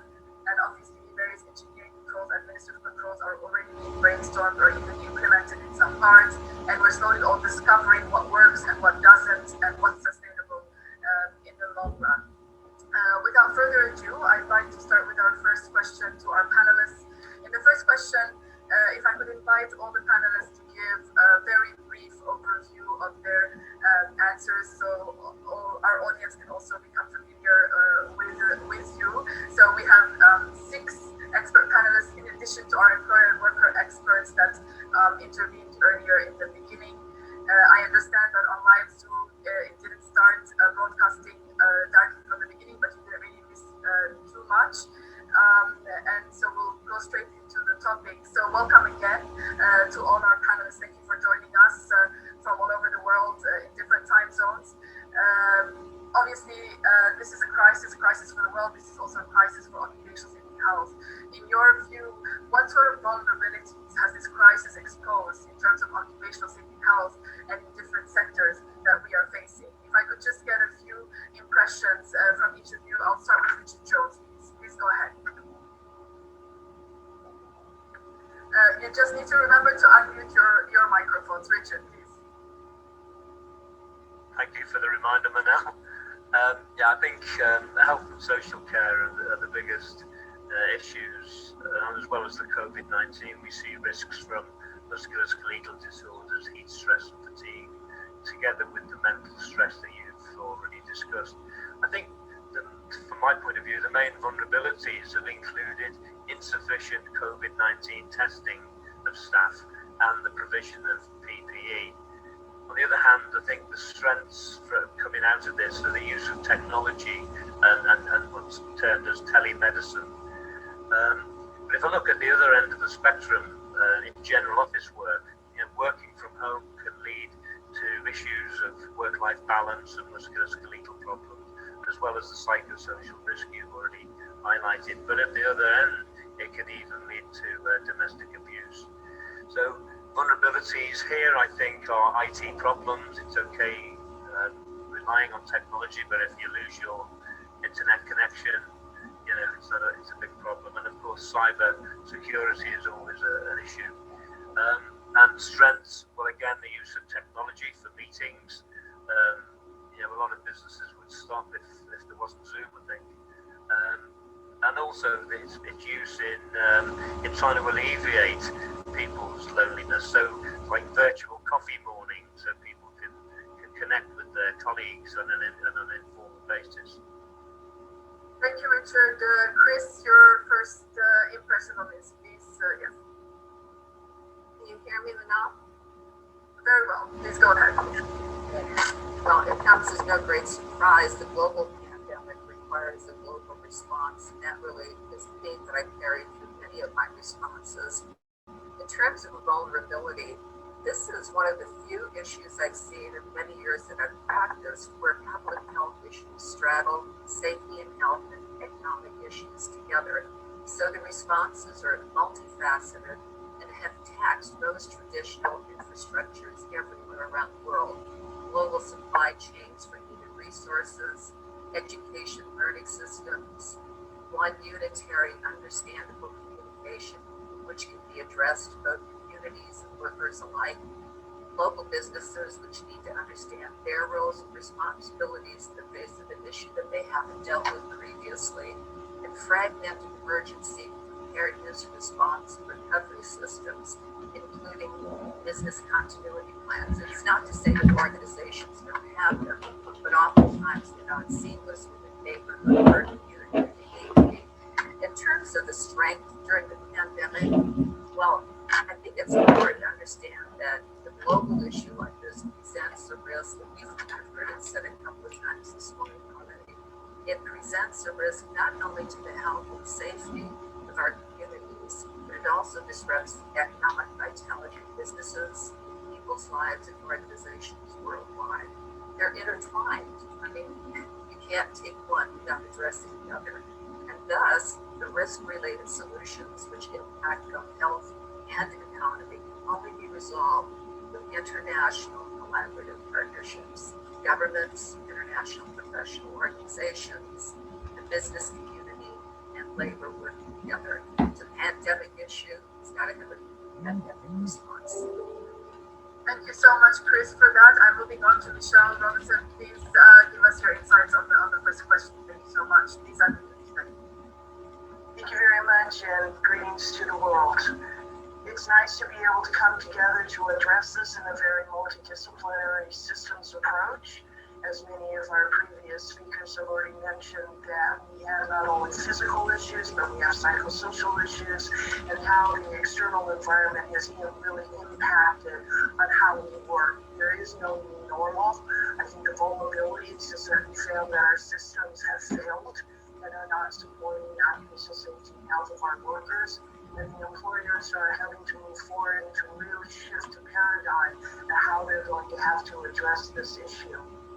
One of the areas of human factors ergonomics is to take a human-centered approach, and I think these are some strategies and theories and principles that we can bring together.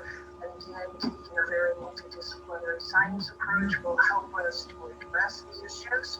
One of the strong vulnerabilities that I see with our teleworkers, as Richard has brought up, is just this lack of social connection, lack of connection with the enterprise, lack of working with my co-workers. Technology is a wonderful mediator, but you still are working in your own home environment, and all of a sudden social isolation has escalated.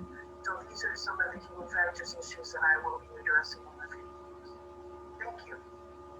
Thank you so much, Michelle. I'm moving on to Teresita, who is joining us from the Department of Labor of the Philippines. I know it's quite late for you, as it's quite early for Chris Davis. Thank you so much for joining us. If we could give us some insights on, how this pandemic has created, showed a lot of vulnerabilities in terms of occupational safety health risks. Please go ahead, Teresita. Please answer something.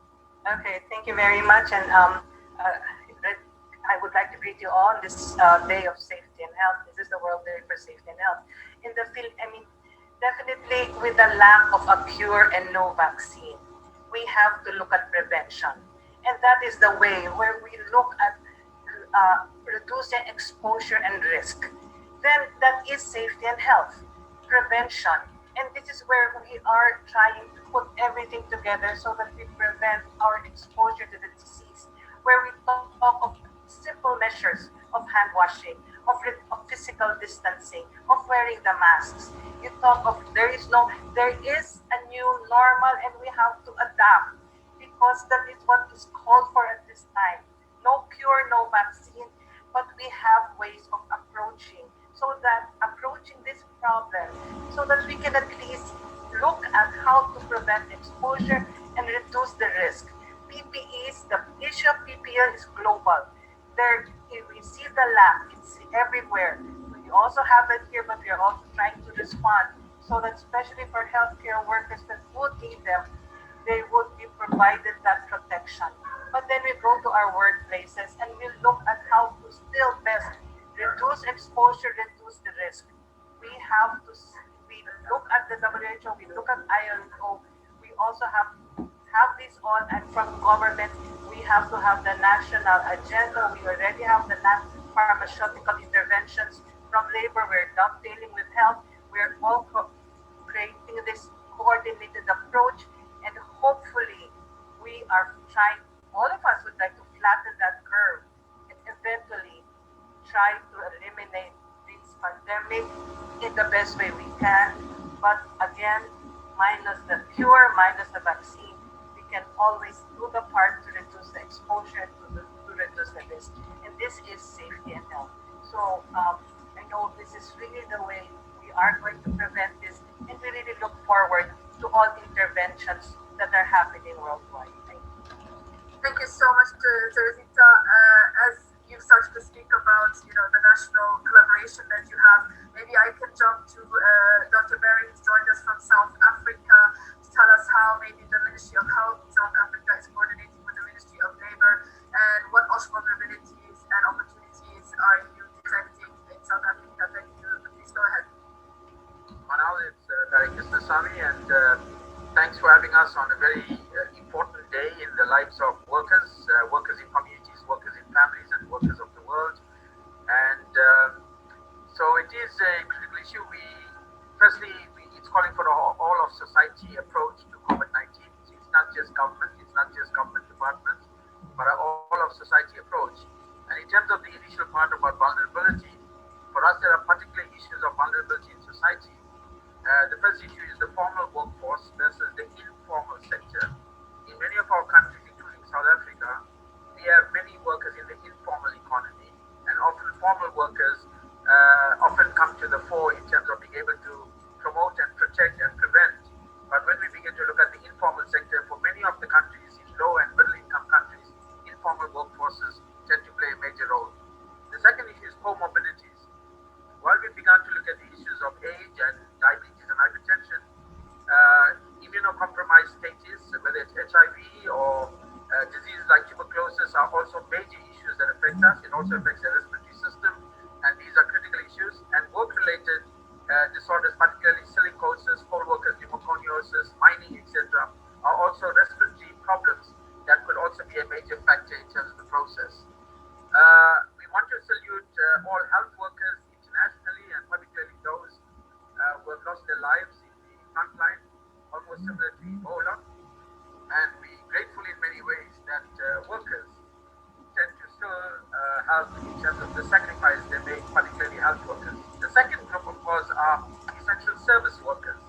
So while many countries are in lockdown, depending on the nature of the way they have macro policy issues of government or lockdowns, and the whole issue around community screening and testing and activities in that sense, there are some workers like health workers and other workers that actually work in what we call essential services. So we also want to salute them. As we go towards a post-COVID-19 lockdown, we have to then discuss how do we actually get workplaces ready in terms of the processes of readiness of workplaces, that the workplaces don't become transmission zones. So what we've done in South Africa is to look at an entire ecosystem. We look at the worker at home, the worker in the community, the worker commuting, because transport becomes a very important issue, and lastly, the worker in the workplace. And those are very important issues as we go forward, and we need to safeguard that entire ecosystem, including supply chains. And the take-home message is plan, do not panic. Thank you so much, Barry, also for reminding us of the numerous safety and health risks that still exist, even if we are facing a big giant that's an infectious disease. Can I move to our last speaker, Lodi Godoris, for a few initial remarks on the first question? Please go ahead. Thank you, Manal, and welcome to everybody. You can address some questions as well as occupational health physicians. We are here to support the workers and provide advice and help to those workers that are in the front line. Work is important for health, but safe work is important to prevent occupational and work-related diseases, and that's what it's about. I think first of all we need to be aware that COVID-19 can be a new occupational disease, and if you cannot protect the workers, or if the workers get the COVID-19 infection, it's important to recognize and compensate the diseases. I think that's the first important issue I would like to address. Second point, I think the fact that we are working in rather uncommon conditions, we are using a lot of creams and disinfectants, which also might induce allergic skin, but also respiratory health problems. It's also important to have a look at that and to develop a protection for those workers that need to use it. And also here, the recognition of those occupational diseases is very important.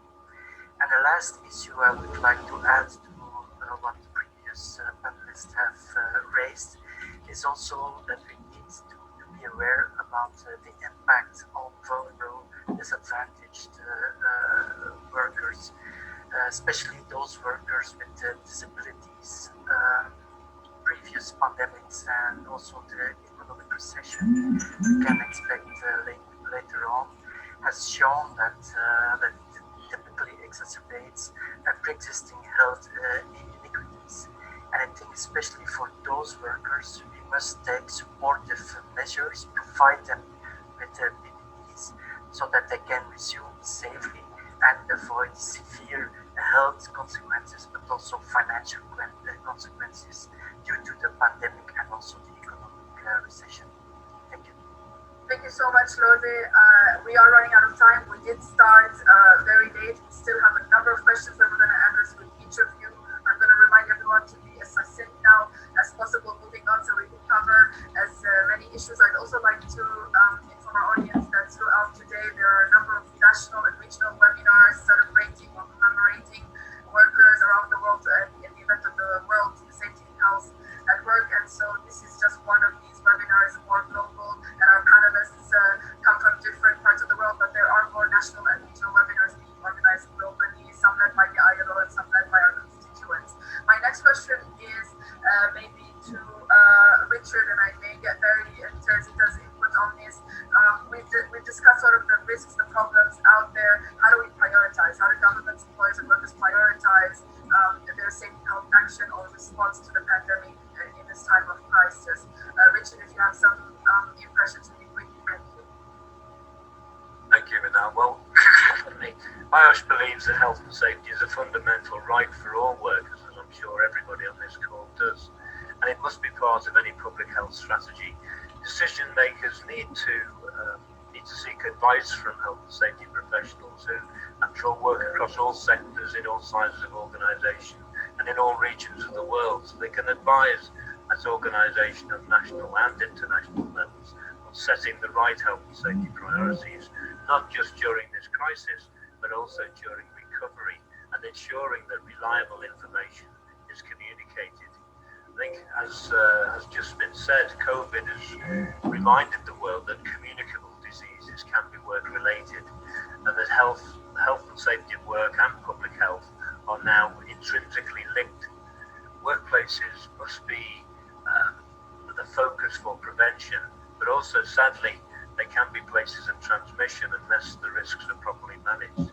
And to do this, IOSH advocates a systematic approach to managing health and safety, which includes, among other things, effective emergency planning, risk controls, training of staff and supply chain management, all of which health and safety professionals do on a regular basis, working with managers and workers and other professionals within their organisations. So IOSH would like to see more multidisciplinary working in this way, more health and safety input to public policy, and more health and safety capacity building across the world wherever it's needed. Overall, organisations need strong leadership, worker engagement, and good health and safety advice in order to be able to protect the vulnerable groups. And these will include those at highest risk, like the health and social care workers and other essential workers.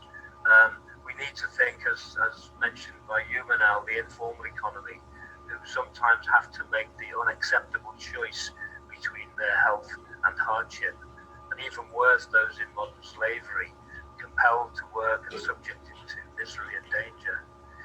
And there are those in the supply chains as well, responding to surges in demand, which, as we know, can lead to long hours working and shortcuts in health and safety.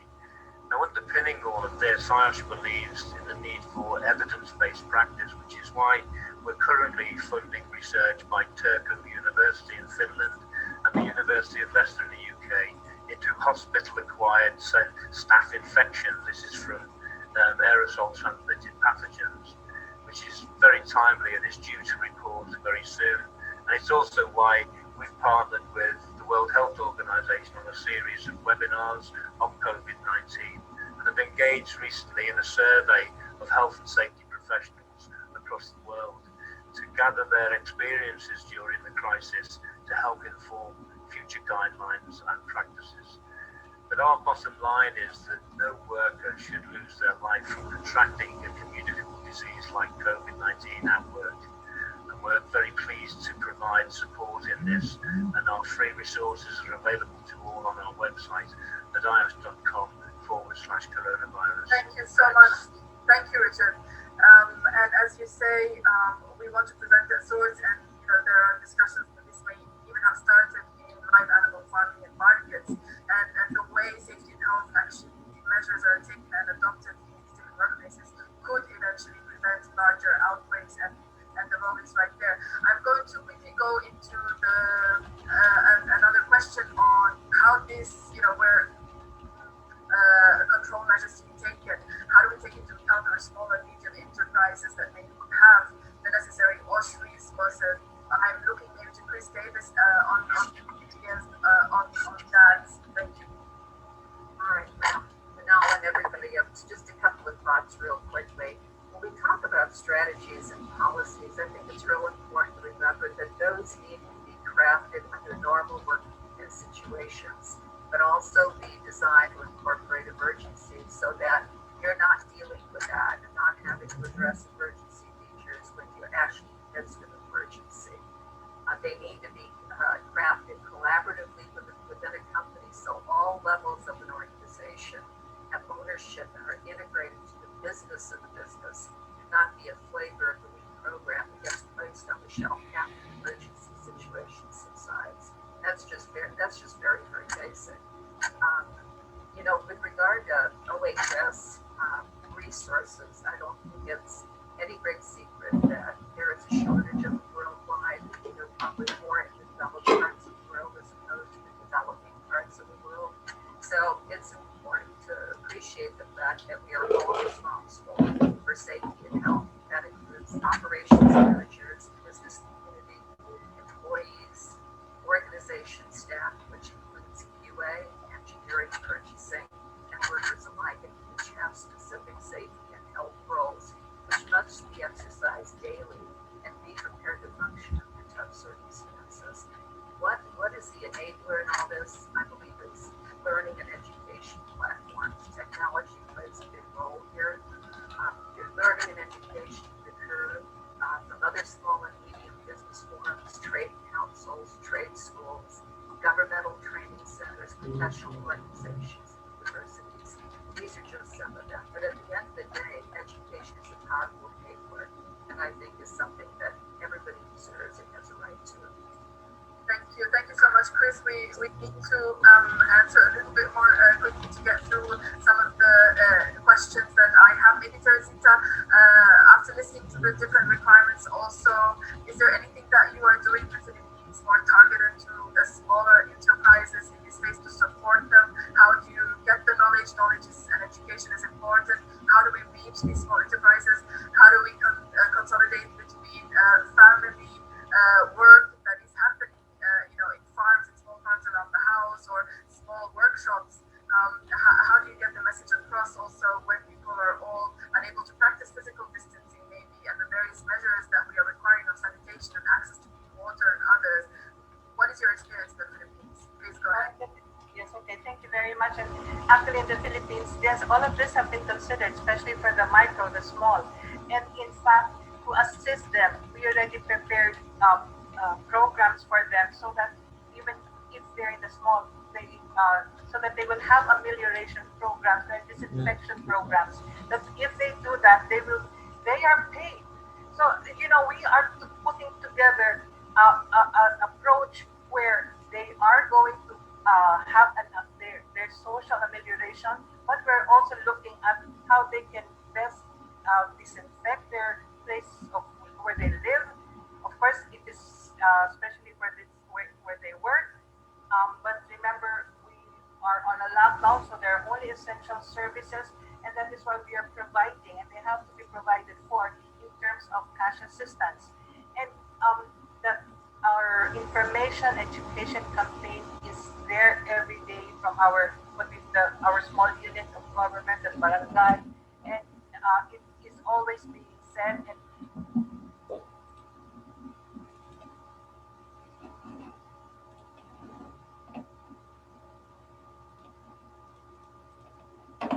طيب مثل ما شرحنا سابقا ذكرنا أن عملية تقييم المخاطر هي عملية في غاية الأهمية. عملية إيش في غاية الأهمية؟ لمعرفة كل الجهات التي يمكن أن تتأثر بالتغيير، وضع خطة عمل تحديد بوضوح الجدول الزمني للتغيير، وأي إجراءات مراقبة يتعين تنفيذها فيما يتعلق بالمعدات والتسهيلات والعملية الإنتاجية والعمليات والصيانة وإجراءات التفتيش والتدريب والعملية والاتصالات والتوثيق. يتعين اعتماد خطة عمل عن طريق الشخص أو الأشخاص المسؤولين يتم استخدامها. في حالة حصولك على الدبلوم من خلال التسجيلات يجب التواصل مع المهندس فارس. انتبه للنقطة هذه، لا تأخذ فقط أن التسجيلات هي التي ستمنحك الشهادة. الشهادة لن تكون مقبولة إلا بعد اطلاع المهندس فارس وإعطائك تقييم على برنامج الدبلوم. تواصل مع المهندس فارس فورا في حالة أخذك أو حصولك على الدبلوم، لأن هناك تقييم مستمر واختبار بسيط يحدد مستواك، وبناء عليه المفترض تصدر الشهادة الرئيسية والرسمية لك والمعتمدة. عمليات الرفع يتعين عدم البدء في القيام بأي عملية رفع، وهذا باستخدام أوناش أو رافع أو أي جهاز رفع ميكانيكي إلا بعد استيفاء الشروط التالية: أن تتم عملية تقييم الرفع وتحديد وسائله وأجهزته المستخدمة من طرف شخص أو أشخاص تشترط لديهم الكفاءة لذلك. أن يكون القانون بتشغيل أجهزة الرفع التي تعمل بالطاقة أشخاص مدربين ومعتمدين للتعامل مع هذه الأجهزة. أن يتم رفع الحمولة بمعرفة شخص أو أشخاص أكفاء. أن يكون استخدام أجهزة الرفع ومعداتها لم يتعدى 12 شهرا الأخيرة كحد أدنى. لا تتعدى الحمولة القدرات الديناميكية والثابتة وحدهم على أجهزة الرفع. أن تكون جميع أجهزة الأمان موجودة على جهاز الرفع عاملة وليس بها أي عطل. أن تتم عملية فحص فعلي في كل أجهزة ومعدات الرفع قبل كل عملية رفع بواسطة شخص أو أشخاص أكفاء. الدخول الأماكن المغلقة لا يتم الدخول الأماكن المغلقة إلا في الأحوال التالية: أن يكون قد تم استبعاد جميع الخيارات الأخرى. أن يصدر التصريح بدخول الأماكن المغلقة متضمنا تفويضا بذلك من الشخص أو الأشخاص المسؤولين. يتم إبلاغ التصريح إلى الجهات المختلفة المشتركة في التنفيذ، يمكن أيضا وضع صورة منه في مكان العام طلب الأمر ذلك. أن توفر لدى كل الأشخاص المعنيين بهذا الإجراء الكفاءة اللازمة للقيام بهذا العمل. أن تكون كل مصادر الطاقة التي تؤثر على هذا المكان قد تم عزلها. أن يكون قد تم اختبار الهواء والتحكم نتيجة الاختبار وتكرار عدد المرات. ضرورة تواجد شخص احتياطي بالخارج استعانة به في الخارج. إجراءات أعمال الحفر: لا يتم البدء في القيام بعمل حفر أو خندق أو منخفض في سطح الأرض عن طريق رفع التربة إلا تتم علاج. ضرورة القيام بتقييم المخاطر انتوى عليها موقع العمل بمعرفة الشخص أو الأشخاص المختصين. ضرورة معرفة كل المخاطر الموجودة تحت الأرض، أي المواسير والكابلات الكهربائية إلى آخره، وتحديد موقعها وعزلها إذا لزم الأمر. في حالة دخول أفراد الحفرة يتم إصدار تصريح بدخول مكان معلق إذا كان المكان ينطبق عليه تعريف المكان المغلق. ضرورة التحكم في التحرك فوق الأرض والحيلولة دون حدوث انهيار، وذلك عن طريق عمل دعامات وانحدارات ومصاطب إلى آخره حسب ما يكون مناسب. يجب وضرورة مراقبة الظروف البيئية بصفة مستمرة. ده تغيير معظم الشعب الحفر بعمق يزيد عن 20 بوصة من 3 إلى 6. اليوم مهندس مختص يقوم بتحديد تلك الحفرة. الأمان الخاص بالمركز: لا يتم تشغيل المركبات. ضرورة تشغيل المركبات تكون مصلحتها لاستخدامها بطريقة آمنة. أن تتم قيادتها من طرف سائقين مدربين ومعتمدين لقيادة هذه الفئة المركبات التي يفوق عدد الركاب بالسيارة العدد المحدد لها وفق التصميم المنظم الصانع. لا بد من توافر أحزمة الأمان بالسيارة ويستخدمها جميع الموجودين بالمركبة. من الضروري أن لا يستخدم السائق تليفون محمول ممسوك باليد والتليفون اللاسلكي في أثناء القيادة. من الضروري أن ينال السائق قسطا وافرا من الراحة قبل قيادة المركبة. يجب القيام بعملية تفتيش المركبة للتأكد من توافق النواحي الخاصة بالتشغيل مع الحالة الميكانيكية للسيارة. ننوه: في حالة حصولك على الدبلوم من خلال فقط سماعك للتسجيلات فهذه تعتبر شهادة ملغية، ويجب التواصل مع الهندس فارس لعمل تقييم لك قبل حصولك على شهادة الدبلوم. ننتبه للنقطة هذه فهي مهمة جدا. القواعد الذهبية للسلامة المهنية في عملية الإنتاج المنظمة: عزل مصادر الطاقة. لا يمكن الإقدام على أي عملية عزل لمصادر الطاقة سواء كانت ميكانيكية أو كهربية أو عمل خاص بالإنتاج أو النواحي الهيدروليكية أو غيرها إلا إذا تم الآتي: أن تتم الموافقة على أسلوب العزل وتصريف الطاقة المختزنة وتنفيذ ذلك معرفة شخص أو أشخاص لديهم الكفاءة للقيام بذلك. أن يتم تصريف أي طاقة مختزنة، استخدام نظام الإقفال وطاقة البيانات في نقاط العزل، إجراء اختبار دوري لفعالية العزل. العمل على ارتفاعات. قبل العمل على ارتفاع مترين 6 أقدام أو أكثر من السطحات يجب أن يتم عمل الآتي: استخدام وسيط ثابت ذي أسوار لمنع السقوط أو لمسها باليد، وأن يتم التحقق من ذلك معرفة شخص أو أشخاص مختصين. استخدام أجهزة منع السقوط، تمام، وقدرها 2225 كيلو جرام. لكل شرط تكون مزود الآتي: خطاف محمول مناسب، ويفضل أن يكون أعلى من مستوى الرأس. أحزمة الجسم كله مع استخدام ألسنة طفل مزدوجة تغلق ذاتيا عند كل وصلة. شرائط من الألياف الصناعية. أجهزة التخفيف من شدة الصدمات. أجهزة منع السقوط تسمح بالسقوط من مسافة مترين أو أقل. لابد من إجراء فحص ظاهري لجهاز منع السقوط من استبعاد أي جهاز معطل. يتم تدريب الشخص يؤدي العمل على الأخطار الموجودة. تصريح العمل قبل القيام بأي عمل يشمل دخول أماكن مغلقة، التعامل مع أنظمة الطاقة، تحديد مجال العمل، تحديد المخاطر وتقييمها، وضع ضوابط لذات المخاطر وتقييم الحدث، توضيح العلاقة بين هذا العمل وتصريح العمل الأخرى، التأكد من صدور التصريح من شخص أو أشخاص، ضمان وجود مراقبة كافية للعمل أن يتم العودة للعمليات، توضيح جميع النقاط السابقة لكل المعنيين بالعمل.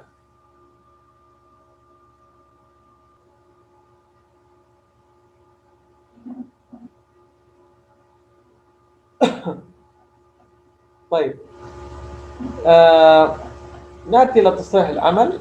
ومثل ما ذكرنا سابقا من تصريح العمل قبل القيام بأي عمل يشمل دخول الأماكن المغلقة أو التعامل مع أنظمة للطاقة أو القيام بأعمال حفر في الأرض في مواقع قد توجد بها مخاطر كامنة، أو التعامل مع الحرارة في بيئات يمكن حدوث انفجار فيها.